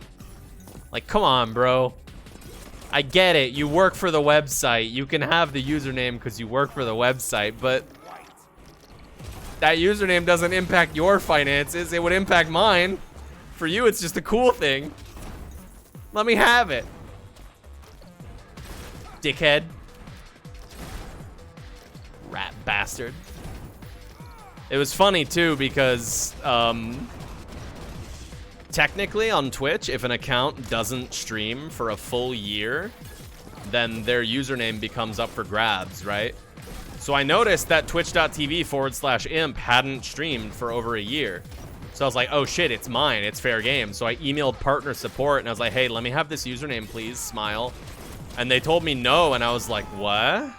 And then when I went back and looked, I noticed the Twitch staff team on their fucking profile. I was like, oh, come on, I was so close. And then, funnily enough, after I chatted into support, I feel like they updated their icon, and then also they streamed, like, at one point in the last year or so. Bastard. Give me your username.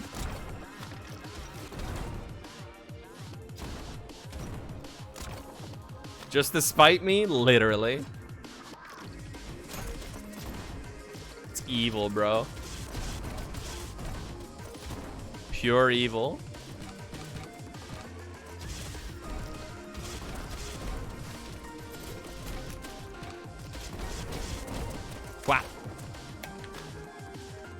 Gotta conspire and get that person fired. Yep. Perfect plan.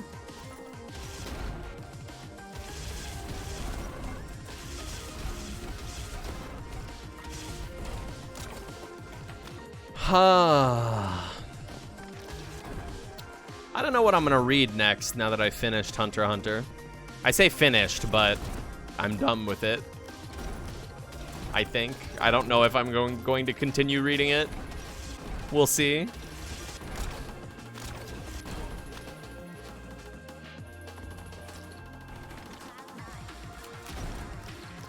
Got a sick 3-character username when the change rolled over. Nice. Good shit.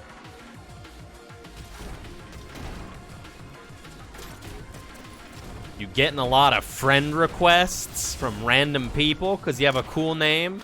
Fun tip, by the way, you can turn those off. I've seen so many people complaining about, well, now random people can just find my account and add me. You can just turn off friend requests from random people.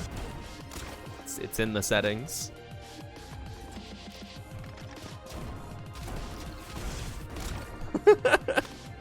It's really not that bad. Oops.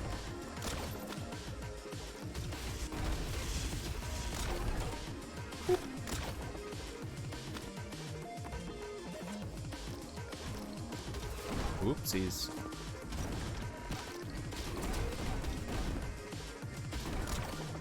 Wow. Someone stole Scorpy's username when that whole change rolled over. Fuck whoever did that. Probably some stupid fucking teenager Tumblr Kinney. Benry fan. Piece of shit. Fuck you.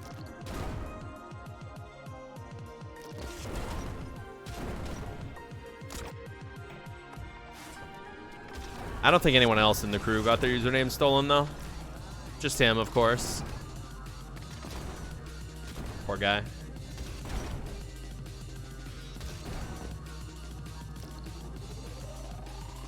What? Whoopsies.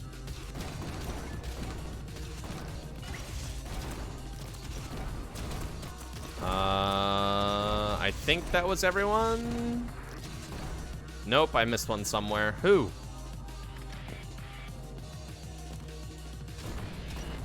Was it this guy? No, then who? What did I miss? Was it something up top?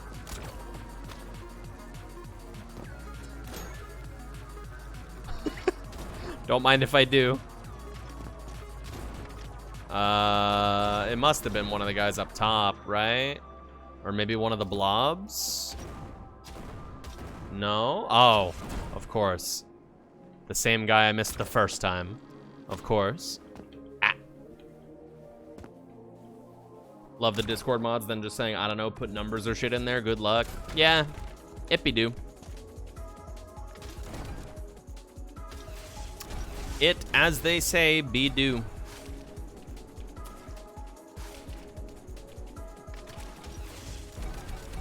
It's got its problems, but I think overall it was a fine change.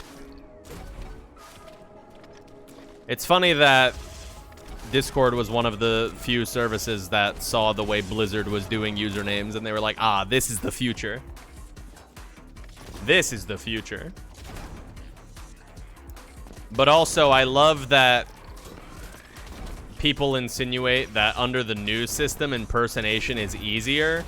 Like, bro, are you telling me that if you got a DM from someone with my username, but they had the numbers 0420 instead of the numbers 0401, that you wouldn't think that's me?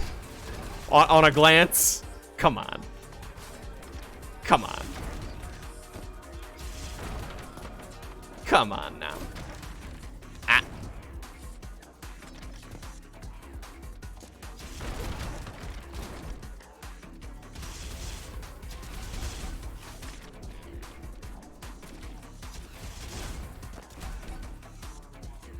Oh, I'm almost out of ammo. Bro, I jumped over it.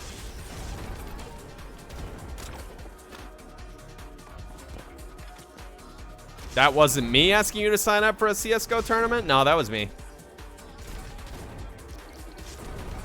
Oopsies. Oopsies. Oopsies. Oh! Ah! Well, I hope I don't lose now. No, we're good. We're good. We're good. Probably would have just had to spend a miracle anyways.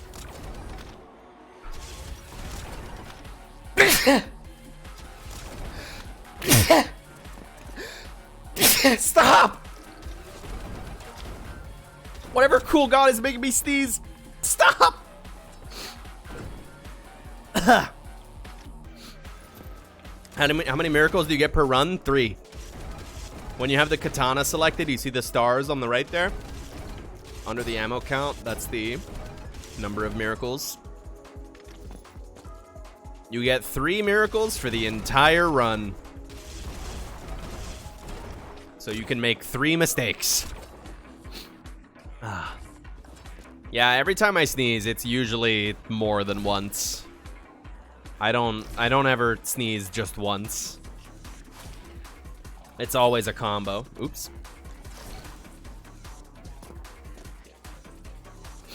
Someone stole your username on YouTube and they're subscribed to Wayne? Damn. They got your ass. How are you gonna do that, bro? Who has so little of an online identity that you're just gonna take someone else's username, bro? That's like so funny to me, bro.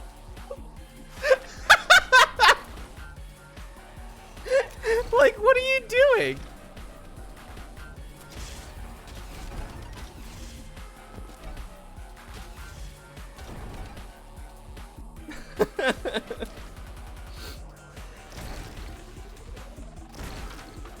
Oh, man.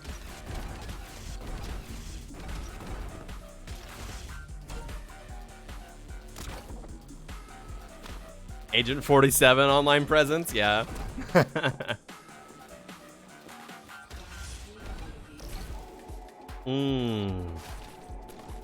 Well, don't give him any ideas, Salmahala.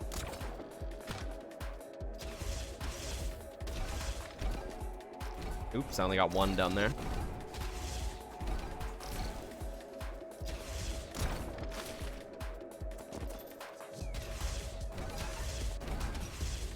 Ooh, not quite. Come on, come on, come on, come on, come on. No! All right, uno más. Uno más. And then I cut it off. I gotta take over kitten duty.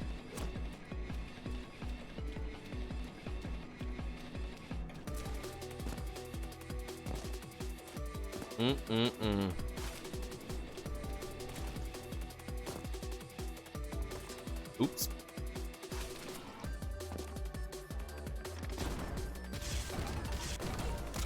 Quack.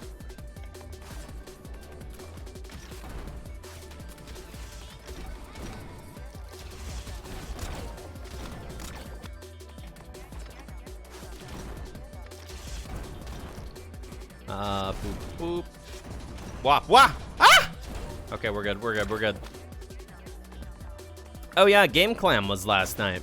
How'd you all enjoy it? I wasn't involved, but I was there when they were talking about it. It was fun. A few of you may have seen my Tumblr post about it or my messages in the Discord server about it, but that message at the very end, before like the sad Badbo part, where the guy is like, fuck you and your fucking stupid viral marketing bullshit, you Twitter motherfucker. That was a real phone call that we got. I was in the call when they were going through the voicemail, and that was a real, like, actual unprompted angry bit of hate mail that we got from some angry Redditor dude. That was real. Someone was really fucking mad at that funny little strat that Wayne thought of. That was real. That's my favorite part of the conference for sure. Angry about what? They just didn't like the whole like fake commercial phone number thing. They're just mad about that. I don't know. I don't know, dude. I can't rationalize the mind of someone who would go to such lengths, leaving such a message about such a trivial, menial thing, rather than just moving on with your day. I cannot empathize.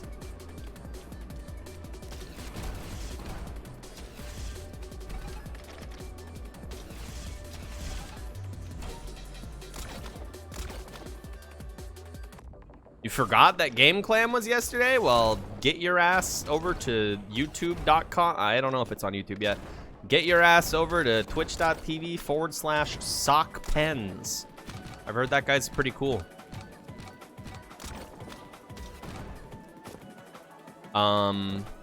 Did I forget to shoot that balloon? I think I did. Yep, I did.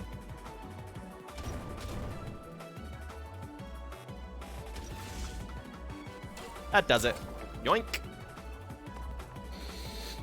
It's the same type of person who got angry at Wayne for gaslighting. Yeah, with the Travis Scott burger ad. Yeah. People are just stupid, man. That's the beauty of online, is you get exposed to all the different wonderful brands of stupid that there are out there. Because people will absolutely go to bat for fucking anything.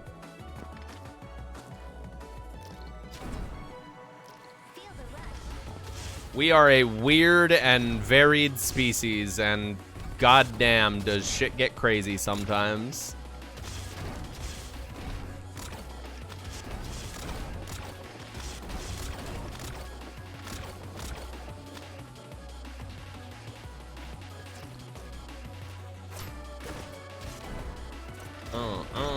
Oops,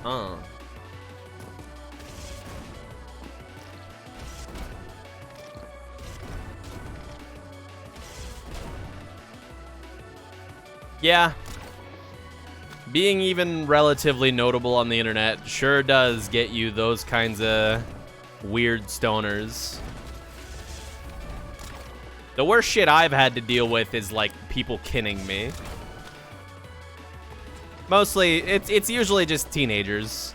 You know, they're just being teenagers online, figuring shit out, but goddamn, is that something. Goddamn, is that something. Fucking A. I what? Yeah. It has happened multiple times.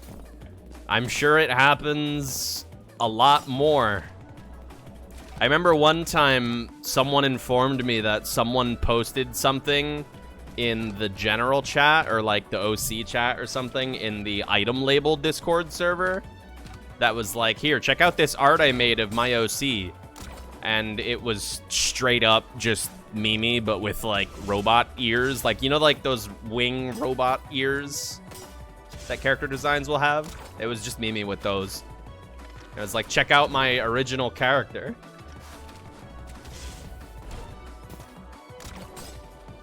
It's like, hello?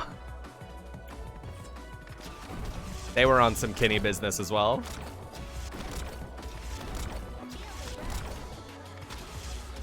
I think they literally said something along the lines of, I'm not an art thief, I just kin, or something like that, which...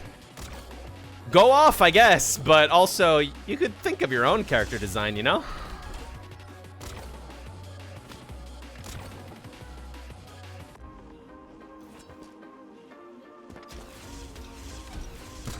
I don't know, man. People online or something.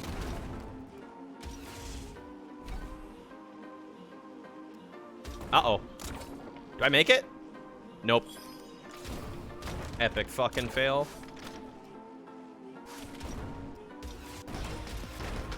Yeah, but I wasn't in HLVREI, so I have it pretty good, all things considered.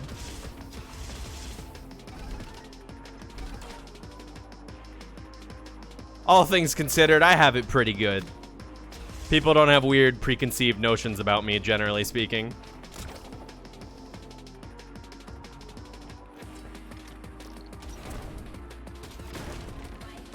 For a while there, like, shortly after HLVRAI, like, all the shit that Scorpy had to deal with constantly was, like, so fucking awful, man. All because we accidentally made the one slur. The one slur, but a low poly model.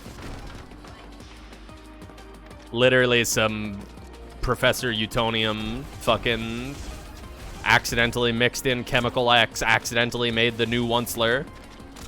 And homie had to deal with a bunch of, like, harassment and bullshit and dumb teenagers being on the computer. So dumb.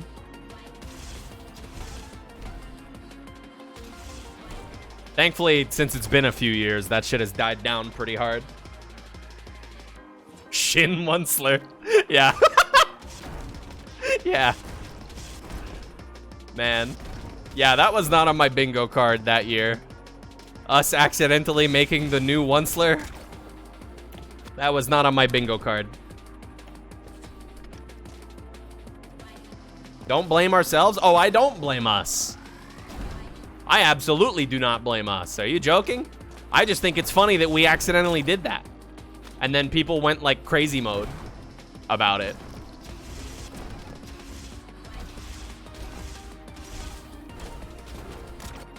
All I'm saying is, I'm glad that shit is dying down, because when I first started streaming, there were so many people in my chat room with Benry in their username, and let me tell you, it was so hard to tell them apart. And I'm glad that shit has died down.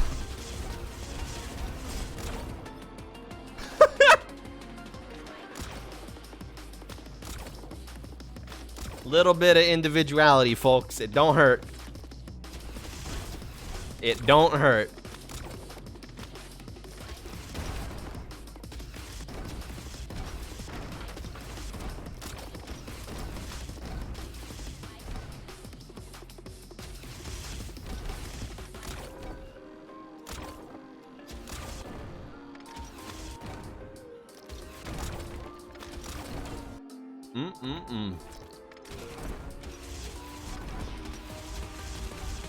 I tells it like it is. I mean, yeah.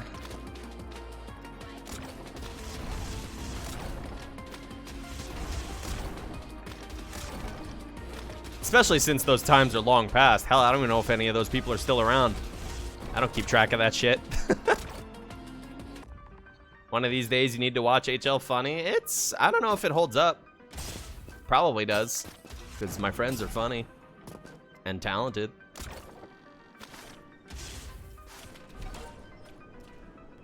I had fun doing the gnome stuff, though. That was fun.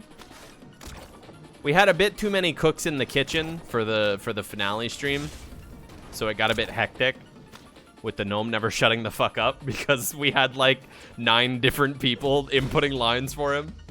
But it was fun. They're very much still around. Yeah, I meant here, not in general. I know that they're still around. I meant people with Benry usernames, whether they grew up and changed or left or whatever. I don't know. I don't know if they're still around my neck of the woods. I have a let's say polarizing personality, I guess. So I can understand folks from the RTVS community at large not vibing with my style. Me? No, not me. No. No.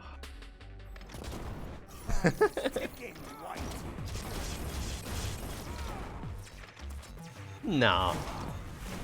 I'm like the most soft-spoken, agreeable, polite, patient. I'm running out of positive adjectives. I don't usually keep those in my memory banks.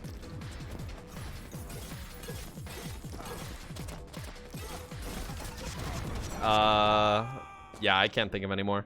Bit's over. Bit's over. Wow.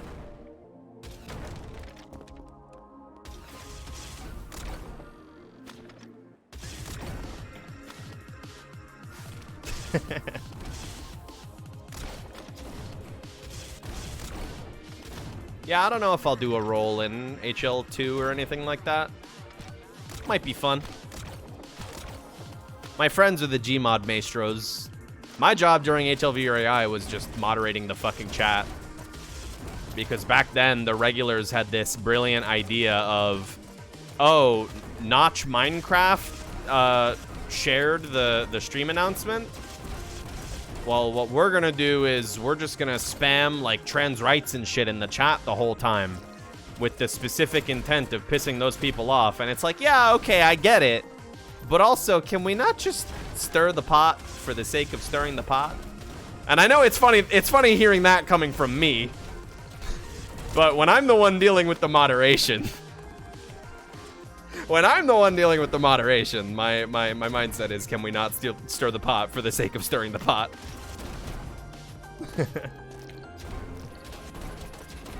That's why the chat was blurred in the video, because it was just like constant arguing between the Notch types and the regulars at the time.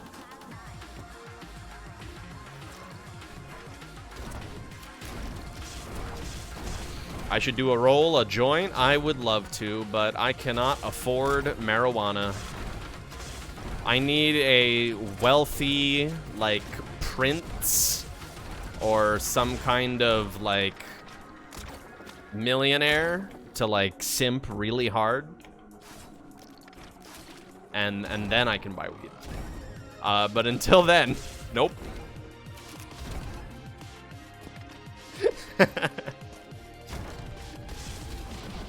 Too many fucking bills, bro. Money's the worst, man. I gotta look into getting a real job one of these days. Streaming's nice and all, and you all are very generous to me, but self-employed taxes are frankly incredibly unreasonable. Even if you fall below the minimum tax bracket to where if you were just working a normal job, you wouldn't pay any taxes. If you're self-employed, you still have to pay taxes. That shit sucks.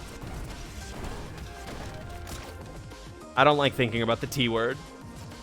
They should patch money out. Yeah, that would be great. That would be great if the devs could just patch money out. That would be, that would be excellent. I should become a pro Magic player. I am way too dog shit at that game for that. Are you joking? My decision making in Magic is like that of a flea.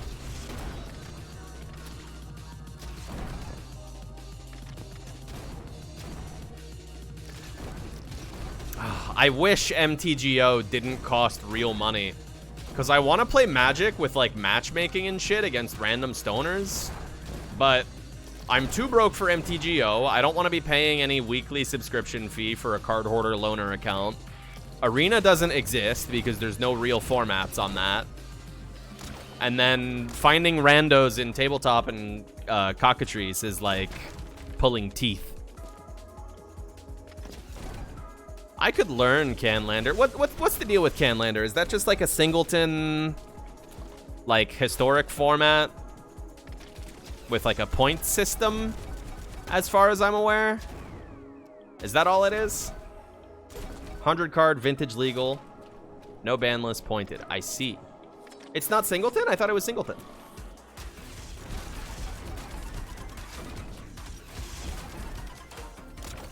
It is. Oh, okay. I see. Yeah, maybe I'll take a peep sometime. Recently, I've just been watching a lot of Bosch and Roll, so I've been itching to try some Legacy. It seems like a fun format. Not as bonkers as Vintage. I'm not trying to play with mocks and shit, you know? But Legacy seems interesting.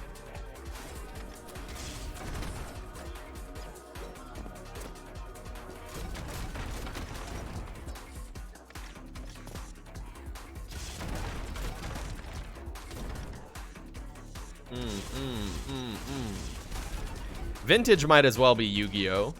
Basically, is how that shit feels.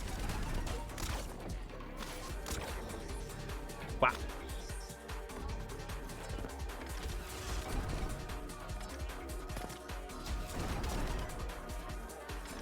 Vintage is the real Money the Gathering.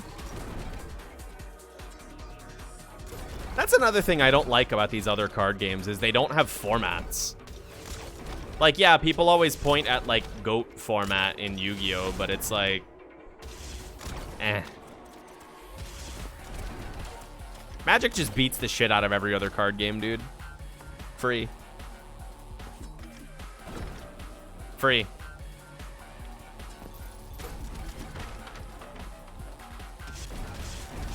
Magic beats the shit out of every other card game free.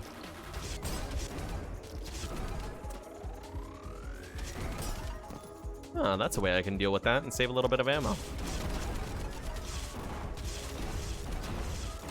And I didn't miss anything. Look at me. Wow, 2 entire formats. How exciting. I remember when I was in high school and I didn't know what the formats meant and I didn't bother asking anyone. So I would just show up at the LGS whenever they were running anything and I would just play like a kitchen table pile of cards.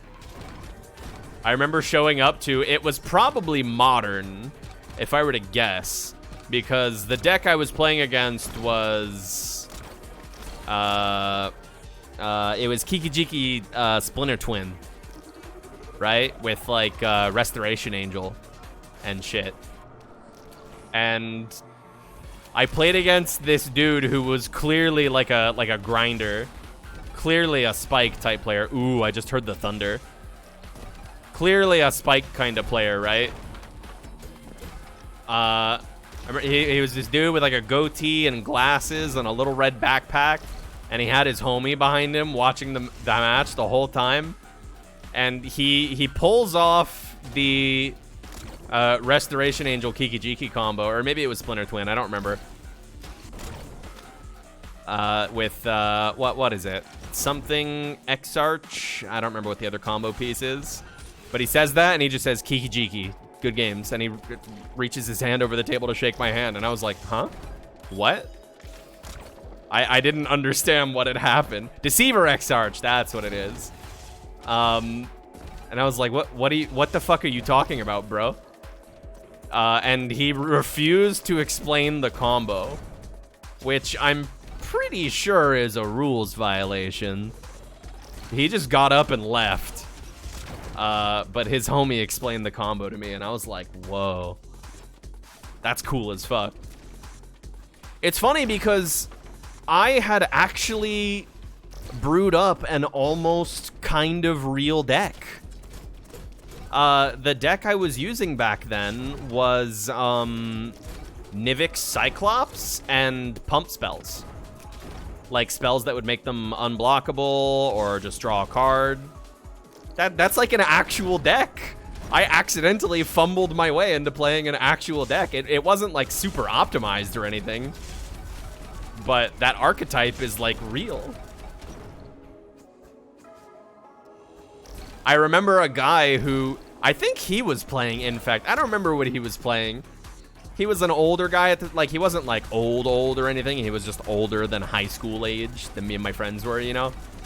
And he had a stacked board, and he was like, I'm gonna let you live for a turn. I'm gonna see where you're going with this. I was like, okay, and then I comboed off and one-shot him with Cyclops through his blockers, because I made it unblockable. Fucking classic, dude. There was a guy at my LGS who everybody called Cheaty Face because he only played Infect. And one guy who was at my LGS was, I'm pretty sure, in a, he was in a Ristic Studies video. DJ. I think his full name was Douglas Johnson, question mark. That guy won, like, every FNM and every tournament at my LGS in high school. And he was in a Ristic Studies video. Apparently he runs like a trading empire now. I was like, whoa. That's fucking crazy to see. What a blast from the past. I think it was in, it's either in the Goif video or I don't remember if there's a Black Lotus video. But I think it might have been the Goif video, yeah. That sounds familiar. But yeah, I was like, what the fuck? Small world. That was the guy who won every fucking FNM at my... I remember I went, there was an FNM where I played with this one card. Oh, I don't remember what its name was. It's like Tavern something or other. It was a mono black creature. I think a 4-drop. You could tap it to flip a coin, and if you won the coin flip, you would gain some life, and if you lost the coin flip, you would lose some life. Garbage fucking card. But somehow I bumbled my way into like 3rd place in an FNM with that card, and that guy offered to go splits on Grands if we made it to Grands. Yeah, Tavern Swindler. That sounds familiar. Yeah. Yeah, that guy offered to split the prize if we got to Grands, and I said no. I want to fight you, bitch. And I think I ended up losing semis anyways. That shit was dope though.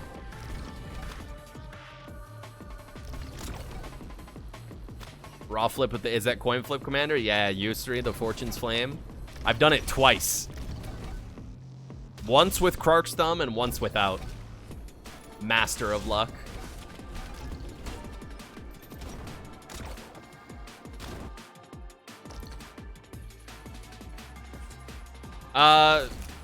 Here's the trick, Rice. Just simply don't play Arena.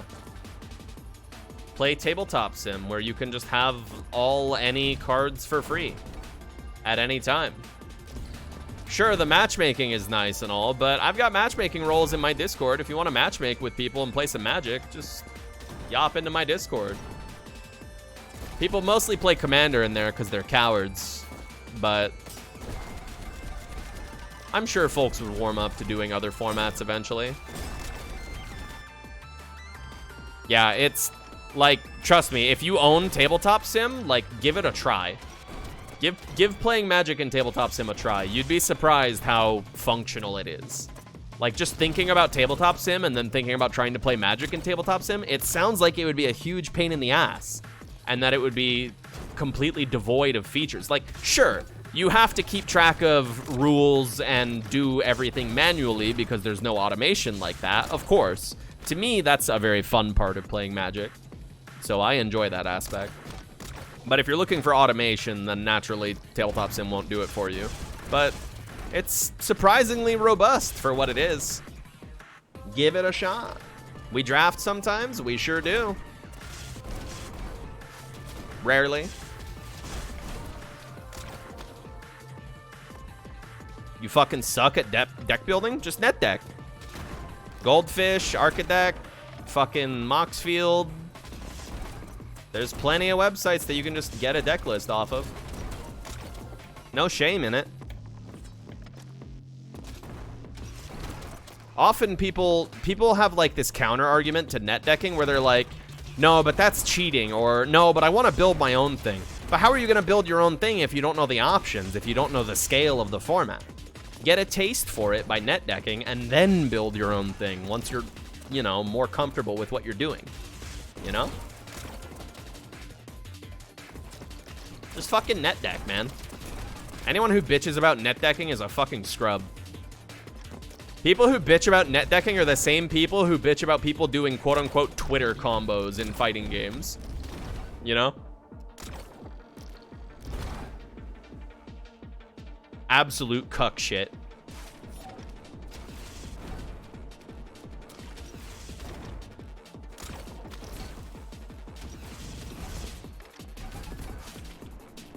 How do you save decks in Tabletop? Well, you can either save it as an object, which you can easily load in another session of Tabletop Sim. Very easy. It's got internal stuff for that.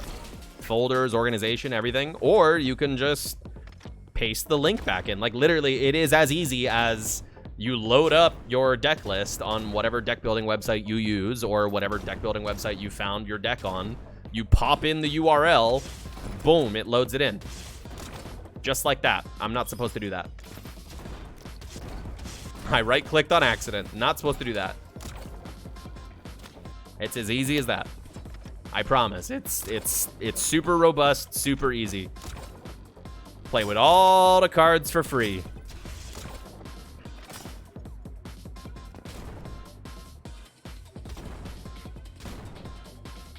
Oh, shit. We're good. Whack. Give it a shot sometime. Don't be shy. Swing around. We used to have a matchmaking role for Magic, but oopsies. Oh, I'm out of wishes. Well, that'll do it. We used to have a matchmaking role for Magic that you could ping, but now I just have it as a forum channel. And you can just hit at everyone in the thread of the respective format that you want to play. Here, I'm going to die anyways, so... And that was the Uno Mas. So let me just turn this off. Here, I'll literally load up Tabletop Sim and show you. We have links to MTG plugins and whatnot. You don't need any links. You just join the game, and then you're good. You just join whoever's hosting. You can save the table off of them if you want. All right, so check this out. I open it up. I load up the table. People would join me if I had it open. I pull out this deck loader real quick. I go get a link to my deck. Let's say I want to load up my Cleric's Tribal EDH deck. Boom, boom, boom. And we wait. Usually it has issues loading from Architect. I've been meaning to swap over to Moxfield. But yeah, there we go. Fucking got it loaded in. Here's my commanders. Here's my deck. It's got a big old stack of tokens. Bada bing, bada boom. Already done. You mean for deck building? You just use Architect or Moxfield or MTG Goldfish or Tapped Out. There's plenty of websites for that. You just do it on a website. Here, look, I'll fucking link you to the deck that I just loaded in. Here you go. It's easy as pie. You just punch in the names of the cards, bada bing, bada boom. It's that easy. It's super easy, I promise you. Plus, you have you got a bruh button. Oh, you can't hear that. Give me a sec.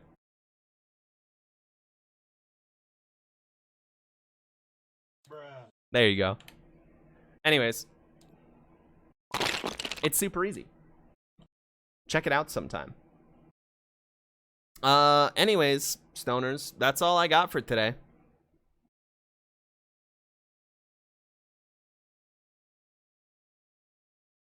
Yeah,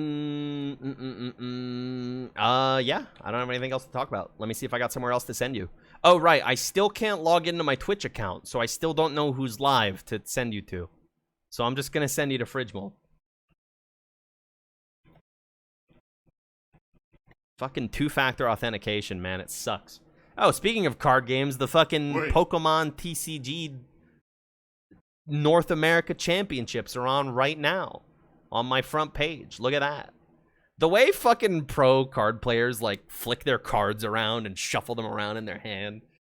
What's your problem, man? Why do you guys gotta be like that?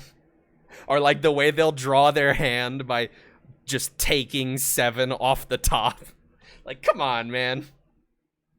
Holly's live? Well, you guys can go check out Holly then. Because if you're here, you know who she is. Anyways, join my Discord server. Subscribe to me there instead of here. I get more money that way. You get less stuff, but I get more money that way. Anyways, that's all, stoners. Keep an eye out maybe for DS9 tonight.